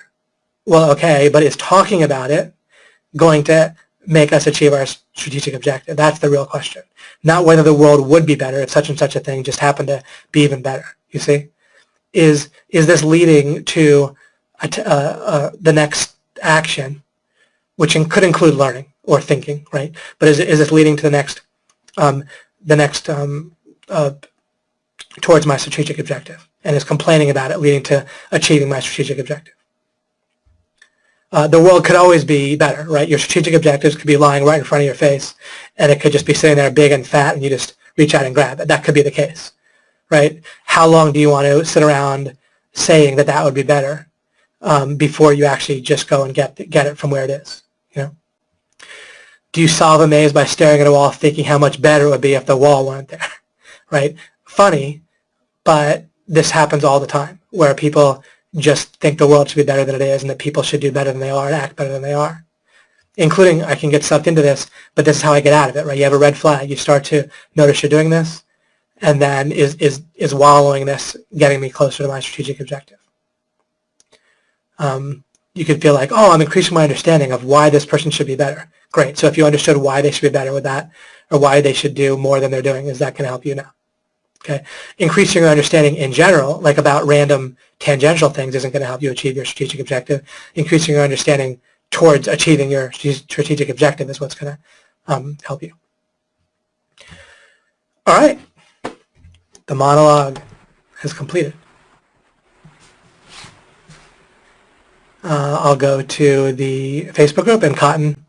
No, it's super solid lesson. That last statement that you said there is just so powerful about the maze. Cool. So many people look at problems and just wonder why the wall. They just look at it and say, "I wish the wall wasn't there." And there's so many people in OMG that actually do that instead of just going around or just going. They sit there and go, "How and why is this wall here?" And they'll sit and they'll stare at it. It's very, very, very powerful. So I got that written down in my notes. Great. I'm trying to think if I can do anything further to explain why do these methods work. I don't know if you can also, maybe, yeah, not that I want to put you on the spot, but I'm going to take a 1 minute break, and we can either all take a break, or if you can think also, Cotton, if you have any extra things you want to add to why these methods work. Sure. Hey guys, if you have any extra questions while David's taking a 1 minute break, put them in the Facebook group. I'm looking at him. He's going to come back and talk about how a lot of this stuff's work. One of the things is, if you want to know why they work, you got a lot of successful people around you telling you that the very same principles that David's talking about, we've applied to our business, to our strategies, and it's helped blow our business up 10, 20x. So these methods absolutely work. When you're looking at, I like to talk to David today, and sometimes David puts a unbelievable, just kind of, he paints a picture where I didn't even know that it existed, but I was already doing it. So when him and I talked today about strategic and tactical planning, I was like, wow, you know what? I kind of already do that and already done that. But how he's able to make you self-aware of it. And when you're self-aware of these particular things, you're able to dive in and tinker with it and then come back. So to me, that's what David's a master with, is he's able to describe things that you already knew that you should be doing, or you're doing, and that you didn't even know that you were doing. And so when him and I talked today, that was super powerful for me. I was like, you know what, I've been doing this for 3 years, but I didn't have a way to put a name on it, and I didn't know exactly what I was doing. So the more self-aware that I can become with what David teaches, the more powerful that it is. If that kind of makes sense to you, give me a hashtag yes. Just keep them flowing in here, and then get all these questions going. Because a lot of times when David talks, you know what, I do that. I didn't know I was doing that, but I do it. When you're aware of it, now you can get in there and tweak it and fix it. So you can't fix anything that you don't know that you're unaware of. So, so you're back, David? Yeah, I'm back, but I'm always happy to hear why I'm great. It's no problem. We can go on for a long time. Sure. And I do want to mention that this alchemy idea of trying to delve into what's really going on, like what I talked about in this webinar, it kind of demonstrates it. It's kind of weird or it's kind of maybe vague when I say taking apart concepts into their more basic components and then try to put them together to get what we want and so forth, and to dissolve what we don't want. But I don't get the ideas that I cover in alchemy and law of implication. I don't get them just by observing and surveying a whole bunch of successful people. I do it this alchemy way, like by painstakingly thinking through the concepts and looking at the root of it and what things are made up of. What's fear made of? What are the different conditions that come together to cause us to be frustrated? Or what's the ideal way to go after a goal, and then what's the default way, and why is the default way feeling right? Why does the wrong way feel right is so often the issue, right? Because by default, incorrect methods and beliefs just feel correct to us. And if I don't help figure those out and show you, then it can be a block. It can, like all of the success books in the world that are just interviewing and observing, that's totally good and useful work. But I'm doing a second approach from underneath that can give you a whole new angle on things that some blocks that won't be overcome in the normal way of, again, like observing and surveying and interviewing lots of people and analyzing that way can be.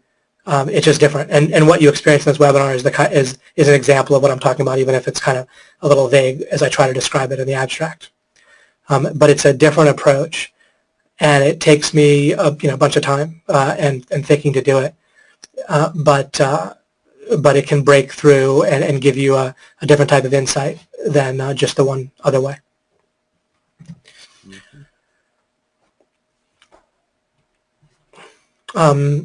And of course, part of why we're doing this openly, big reason is to benefit you guys and kind of have an excuse to help everybody. but then Alchemy will close in 2 days, and there's a link to join Alchemy if you're not in it already, and a description of it. I didn't write the sales letter to really get people in who weren't sure. I more wrote it to get the people who already wanted this type of thing from me this time.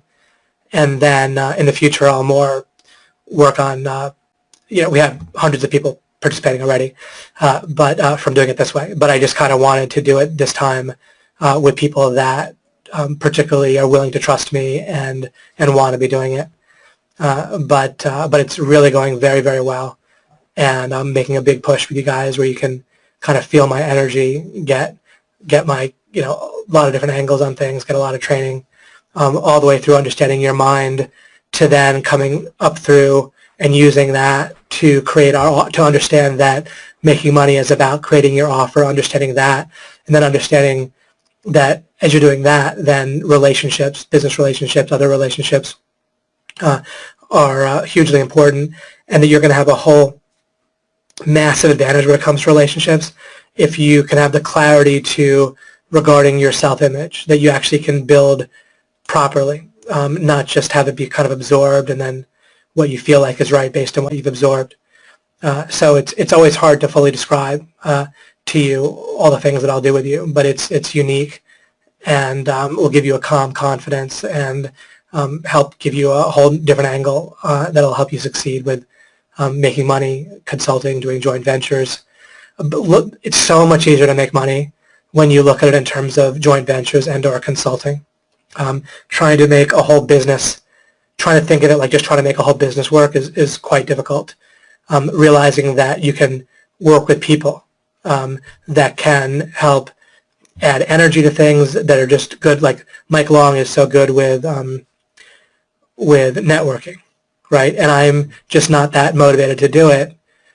And I'm motivated to do what I do, right? With design and strategy and the way that I do it. And he's also just likes to make a lot of money in a good way. And my motivation is naturally like somehow a little bit different from that, but in a way that's not so helpful if I'm trying to go and make money. And so it was super helpful just to team up with him and ride on his energy that way, him helping with the networking and having people kind of getting eyeballs and so many things with Mike or his energy. And same with Cotton and his leadership within OMG is just like a force of nature. And so if I tried to accomplish what Cotton accomplishes for OMG, then I just pretty much wouldn't be able to in that way. And I certainly couldn't do what I'm doing and do that. And absolutely, if I tried to do what he's doing, even instead of what I'm doing, I don't think I'd do it nearly as well. So teaming up with people, but then what I show you in Alchemy will give you a certain understanding of your core that will give you a unique and powerful advantage or whatever you want to call it with all kinds of joint venturing and consulting and everything. So I really hope to see everyone that's on this webinar who's not in Alchemy getting in. I'm doing it for a really affordable price as well this time. Don't let the price fool you. I'm just simply not doing it for the money. I'm doing it for a number of other reasons. But there's some money involved that just kind of helps motivation all around. But if I do it for the money, it'll be a lot more in the future. So take advantage of it for sure. Ooh, got a lot of yeses. This must have been while I was on break, huh? No, just... Yeah. One of the things I really want to stress to people is my take on everything to do with alchemy and everything that you put together and mixing together. I like to make things as simple as possible because I'm able to digest them. And David, what you do better than everybody is you literally just don't kill things, but you starve things out that we don't need in ourselves. And one of the things that you do when I listen to it is you starve out fear. Mm-hmm. And you feed courage and you feed confidence. And that's the things that people really, really, really are feeling the impact with here. When I just take it down in its simplest form and just chop it up like that. And this lesson to every lesson that I've heard before, the more we starve out fear, the more successful I've found that I've become, the more successful we are become. It's like one of the number one things that really hold us all back. That's what's so powerful. So if one of the things that you're having problems with that is, hey, you're like fearful of what you're going to do with clients, you're fearful of how your business is going to go with all this, and if you're not going to get into alchemy, and with what you've heard tonight, it's just the tip of the iceberg. That if you want to continue it, man, I just think people are crazy not to get into it. Every time I listen to it, I always have a page or two full of notes that I can go back on and just kind of reflect on and make certain tweaks that I'm already doing things and get them to do better. But the more we're able to starve out that fear, and which is literally what David is a master at, the faster we can move, the clearer we can move.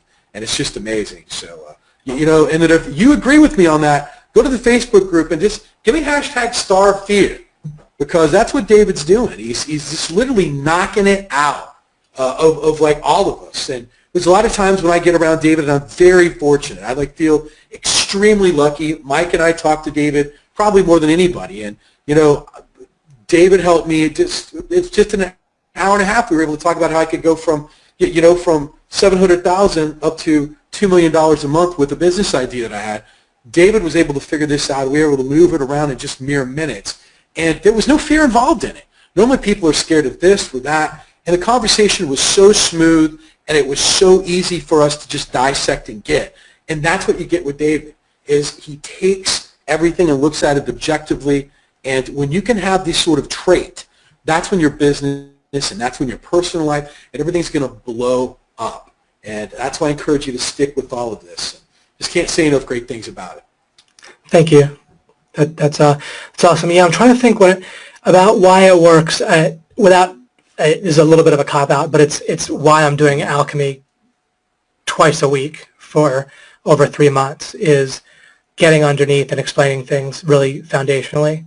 I have a lot to explain, and I was more on this webinar. I was certainly giving an indication of how these things work, but more than I've talked about is really, again, why I'm doing this in kind of a total way with many webinars. Let me see if there's any, like, one or two things. If we look at the problems,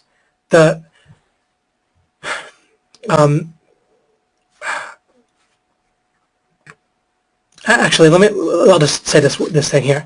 If we blur, let's take a look at what happens when we blur goals that we feel like we should have with strategic objectives, with tactical objectives. So maybe if we look at the opposite, we could see how this works.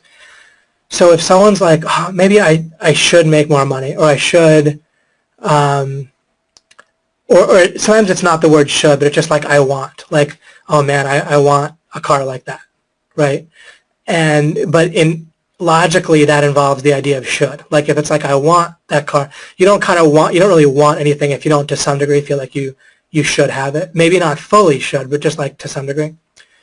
And then they're like, oh, but I don't know if I can do that. Or then maybe someone like starts, they buy like a money making course, and they kind of dabble in it a little bit.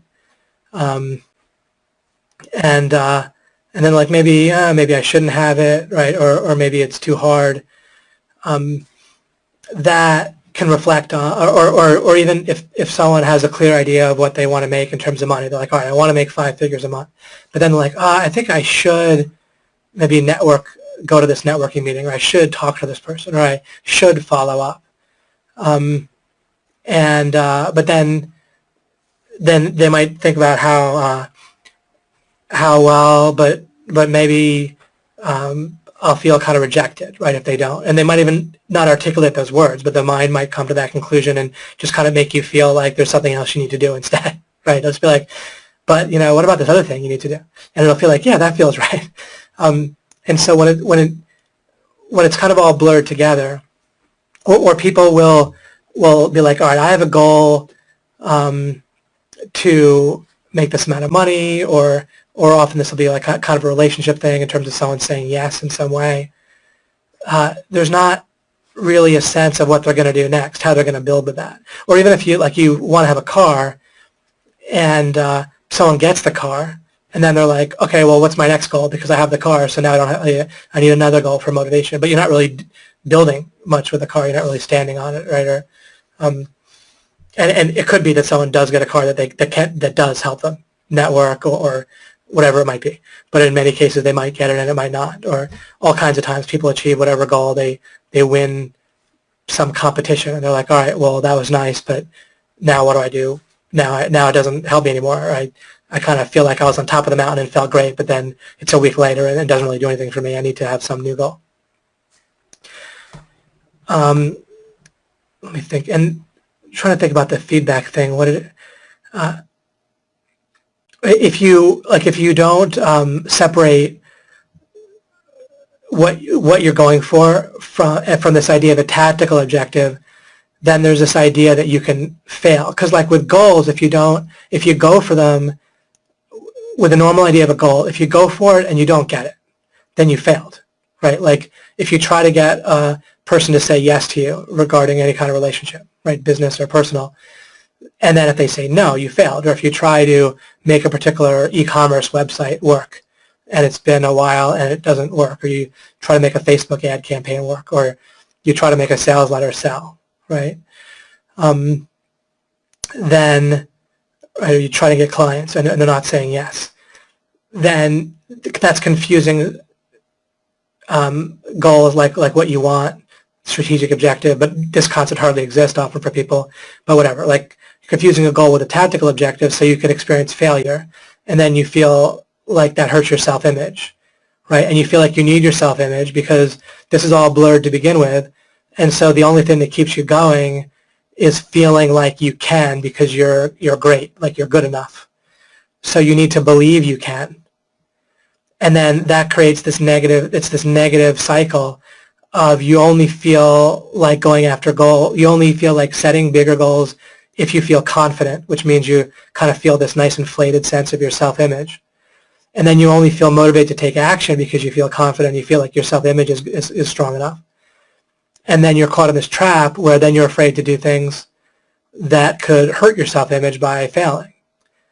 And you're just stuck like a rat on a wheel or rat in a maze there. And these distinctions that I've talked about, it separates all that out. So you don't just run into that, stay stuck in that trap of needing confidence in order to proceed, because you don't know whether you're going to win or not. So you need to feel determined and again, and confident, like you can do it because you're a special snowflake and you're good and you're smart already, and then you just want feedback that you're already smart and you're already right, and it gets worse and worse that way. So that's my attempt at an answer for that.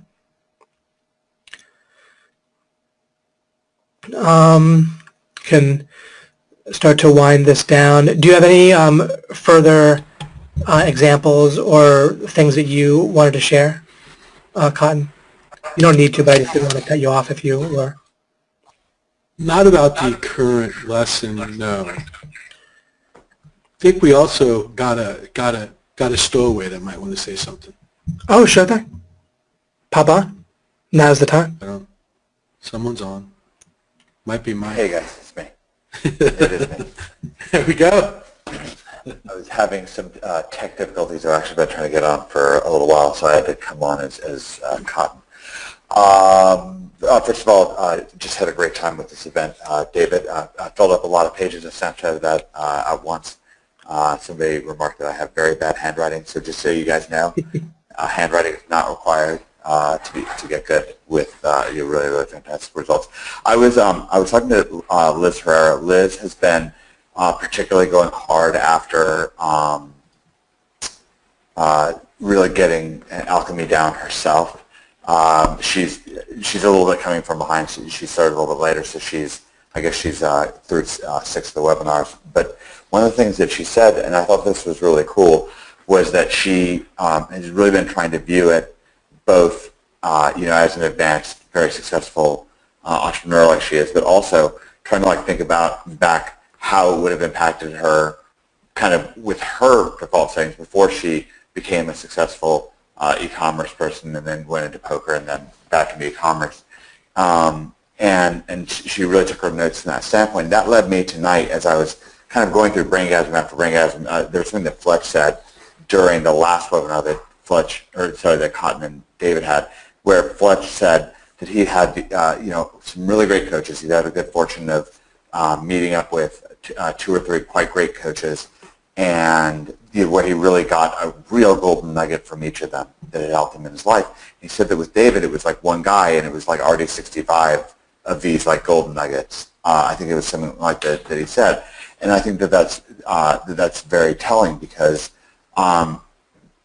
I mean, I actually sort of intentionally wasn't going to try to sort of throw my hat into the ring or throw a guess as to why this stuff is so particularly effective. But maybe I'll wind up venturing just a little bit that way because I did get to thinking today, like Liz has been doing. I took Liz's perspective and I started asking myself, man, where was I, realistically speaking? Because I've told people I didn't grow up in the best of places, and I had a lot of really,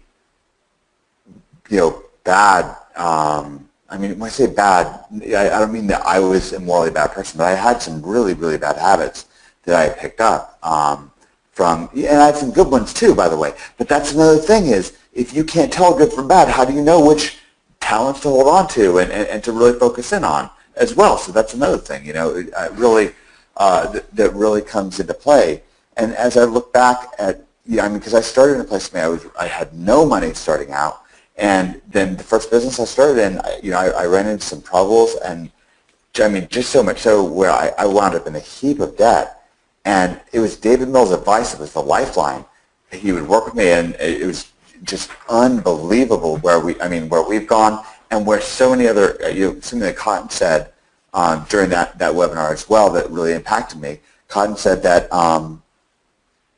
that John, in the kind of John Maxwell, I think it was tradition, that the idea is, well, how good are the kind of fruits of the tree? If you have a coach, then our other coaches like spring up, in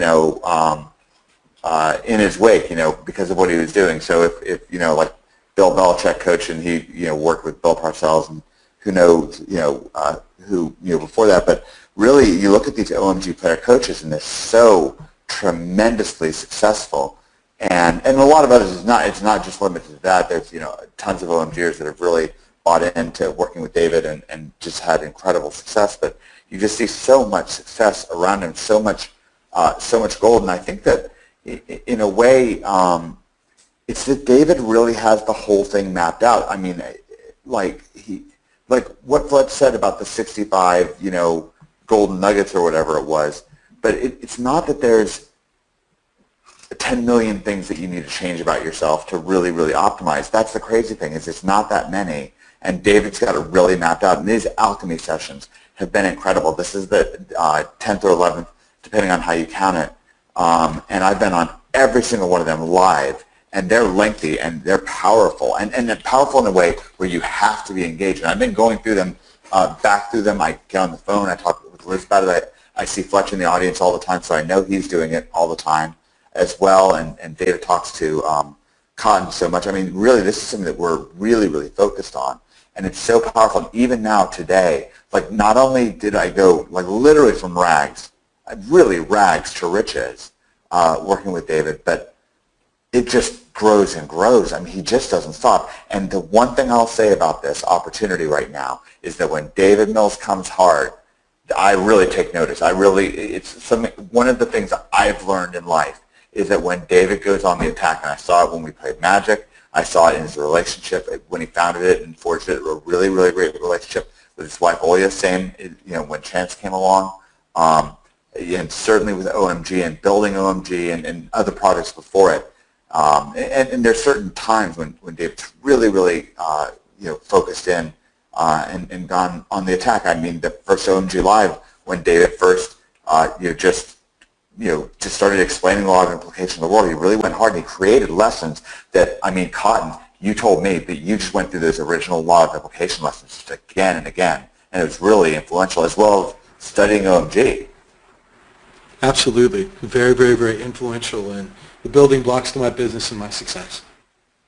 Yeah, and it's just, it's not that you look at Cotton. Cotton is one of the most talented people I've ever met, but he still benefited from this stuff because probably several of those golden nuggets, like Fletch said. So just keep those golden nuggets in mind and it's an endorsement. You know, when David's great, but when David goes on the attack, and what he's particularly doing with Alchemy in explaining, like really breaking down and explaining what an offer is, and how you need to craft it, price it, market it, and fulfill upon it so you can snowball, that's never been done.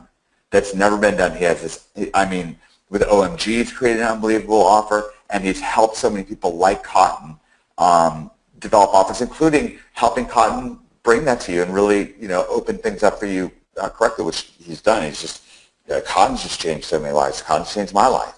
But when you have these, David just covered so much, and so the thing is, he will cover a lot, but he'll get you through. He has this energy for doing this. He has such an unmistakable passion.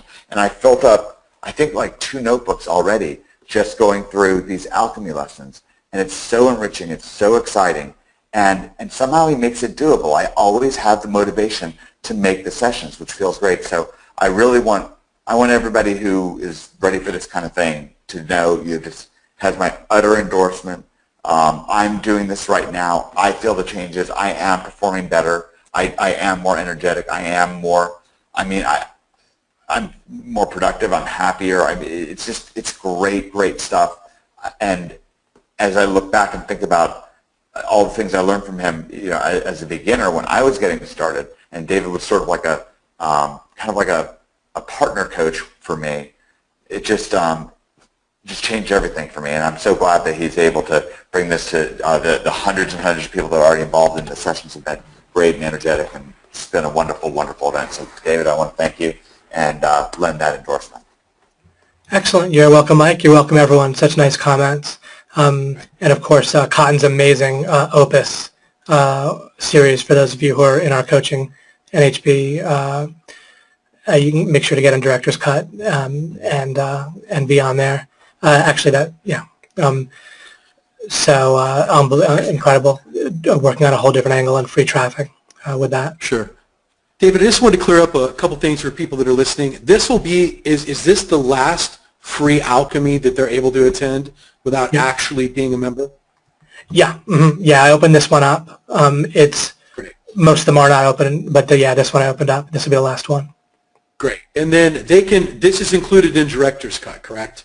This is included in Director's Cut. That's correct. Great. One of the things that we're going to be doing, and I just want to share this with you guys very, very, very briefly, we're going to be closing down. We're ending the access to get into Director's Cut 2016.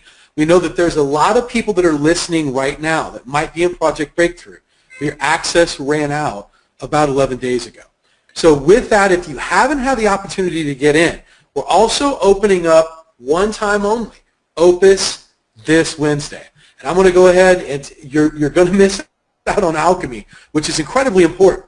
And you can see tonight you've been impacted with it. You got a tremendous amount of notes. Find out if you're in Director's Cut so you don't lose access to this. It's incredibly affordable to get into Director's Cut, especially for the next 6 months. And you've got a taste of it tonight. You're also going to miss out on Liz Herrera. You're going to miss out on Greg Morrison. You're going to miss out on Fletch. Fletch is hitting on all cylinders right now with his Garage series, with Sundays. Make sure you're involved in Director's Cut. I want to give you a little sneak preview of what you can expect on Opus over the next few months. Opus is an idea that I've been coming up with to where, one, we've talked SEO to death. We have some of the most incredible SEO minds in the world. Greg Morrison's covered it. Joe and I's covered it in Assimilation Light. Fletch has covered it. Stephen Floyd's covered it. You know, the only thing we haven't done is to get Liz to cover it. She doesn't need to. She's doing Amazon. So with that, I wanted to still push the boundaries of growth, to still be innovative, and to have you guys really have a full-blown digital agency where you're able to make money with a different amount of routes. So literally what Opus is going to be is something very unique and very different that's never been done in OMG before. We're not going to be talking anything e-commerce, and we're not going to be talking anything as far as traditional SEO.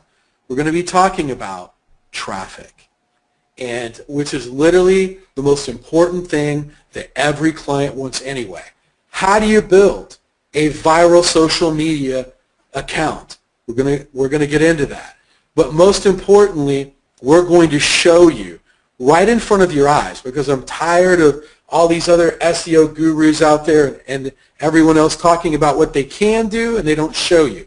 We're going to take a bare bones site that you're going to watch, we're going to reveal on Wednesday, and you're going to watch us grow this site from Wednesday. We haven't had one visitor. We haven't even revealed what the name of the site is. And I'll even show you Google Analytics. We're going to be very transparent. We're going to go from 0 visitors to 100,000 visitors a month. And you're going to get the exact formula of how we do it. That's just one piece of what Opus is. So there's going to be a lot of incredible things that we have lined up. There'll be some things that you've never seen or heard of before in internet marketing. It's been an absolute blast trying to create all this stuff. I've been testing on this stuff for the last 6 to 8 months, and very, very excited to unleash all of this on you guys starting on Wednesday. And I'm still going to leave. David, do you think I should give the co-host name now or wait and let him just see who shows up on Wednesday? I'm going to leave that up to you. Well, maybe I'll stop the recording right here. Yeah. Wait, Go ahead. wait a second before you stop the recording. Did you stop the recording? No, it's gone. Okay, all right, hold off. I want to say something before that reveal. So you guys can hang on there. You want this one to be on for the ages? You want it to be recorded? Yeah, yeah. I want this on for the ages, and then okay. And then the other thing, just never get on a webinar with Cotton or Dave at the time, not be live. They'll always have stuff that not always, but it usually happens, often happens. Okay, so here's the thing with Opus, and Cotton has been keeping me up to speed with this. We talk about it a lot. I was even talking with Liz Herrera about it because there are e-commerce implications on this kind of stuff, and it really, and here's what I want you to know, why this is so special, why this is so powerful. 2 angles on this. One was this weekend, I was at Ty Lopez's social influencer party that he had. He graciously invited me to come over. It was really cool. Betty Wap was there. But what was really exciting was there was a lot, and I mean a lot, of dozens and dozens and dozens of social influencers, and these are individuals who, by hook or by crook, they have an audience of 100,000 or more on Snapchat, Instagram, or Twitter, YouTube. Maybe I'm missing something else. I guess they're at LinkedIn, whatever. But these are people where when they post, Facebook, they're posting to a wide audience, and many of them have multiple of this. And they really have. You see them walking around. I talk about this, again and again. You build or you beg. They know how to build, or at least they did. Maybe they got struck by lightning. Maybe they got lucky, but one way or the other, these are people that you got to walk around with a fair amount of swagger and a fair amount of leverage, at least to trade with others. And if they knew what David and Cotton show us in OMG with client consulting and velvet ropes. Oh my gosh! And these people were freaking out when I told anybody what I did. I mean, I've got 2 record producers coming over to my house tonight who just wanted to talk after. It wasn't even, they've just done songs I really like, and they're really cool people. But they just made a beeline because this is the kind of stuff that people want. And what I want to do is relate that to a second point, because I was kind of in this reflective state today, and I was thinking a lot. I woke up today really thinking about this webinar, really excited about it, and like I said, I had that conversation with Liz where it got me really reflective and thinking about kind of where I started out when I was a beginner as well. Of course, this helps me now, but this is also what helped me as a beginner. And when I was starting out in business, got me to thinking about when I was starting out in business that, it was just a different world. That it was the era of the Yellow Pages 20 years ago. The internet was really just getting started, and so SEO client consulting was something that was still just in its bare beginnings. And I basically did my own internet marketing stuff, and that's kind of led me to the road that I am today. But today the landscape is so different for a store owner. If you think about it, a store owner, they're really almost like drowning, honestly. Unless they're kind of very lucky or just this kind of ultra charismatic person that can just, like a carnival barker, get just tons of people through the door. But even then, if they are, somewhere where they have a lifeline of traffic and visitors to business through some sort of deal they've made or some stroke of luck or somebody that they know, or whether it's that they have that magnetic personality, they still really, seriously, you got to have social media. Come on. Like, I mean, why wouldn't you? There's so few people. What restaurant owner doesn't want, a bunch of Snapchat followers from the people in their area? What dog breeder doesn't want like 100,000 person Instagram account, with people who want their kind of dog? I mean, give me a break. It's not even like there's just no question. But there they are. They're the store owner, or whether it's a business owner or whatever. But many of them have physical locations, so they have a store or a shop. And not only do they have to do all the things that they used to do in the past, but now, whereas in the past all they had to do was run Yellow Pages ads or maybe run TV or radio ads, something like that, they would have to, nowadays they have to deal with Instagram or Google. I mean, Google's the big one, of course, but, Snapchat, Pinterest, do they need LinkedIn? I mean, maybe they do. Some industries can really benefit from that kind of thing, right? So what is it? What is it that they need? They don't even, in many cases, they don't even know the landscape. In many cases, they don't even know that much about Instagram or Snapchat. They might not even know how to do Snapchat or even what it is, But that store owner, that shop owner, that business owner, it's like they're drowning. But you know what? OMGers now, they're going to be the ones just walking around toting life vests and a big grin and a bunch of money falling out of their pocket, because that's the way Cotton does it. He's the one with the power to put this together. He is interested and brought somebody very, very special that you're about to find out about, and into this project that's really energized things, that is going to really highlight things. He's had Derek Owasiak around. Derek has really helped change lives inside of OMG since Cotton brought him aboard. I believe Derek's still going to be involved. So this is going to be an exciting event. I believe it's going to change the landscape because, to paint a picture for you, this opens up, I mean, you can just be an Instagram agency. It doesn't matter. Once you have Cotton Grammar, Velvet Ropes, client consulting, snowballing, backed up by this alchemy stuff, once you have that in place, you have to snowball. There's no reason not to snowball. As long as you stick to the game plan, you snowball. So Cotton, my hat's off to you. Cotton bleeds OMG. He cares so much, and I've just thought about and really appreciated so much what an incredible thing it is that you're doing with Opus, and I just think it's going to be transformative to OMG. Thank you. David, whenever you're ready, you can stop recording. Right. We can give a little sneak preview. Thank you, guys, and I'll stop the recording here, but Cotton will continue.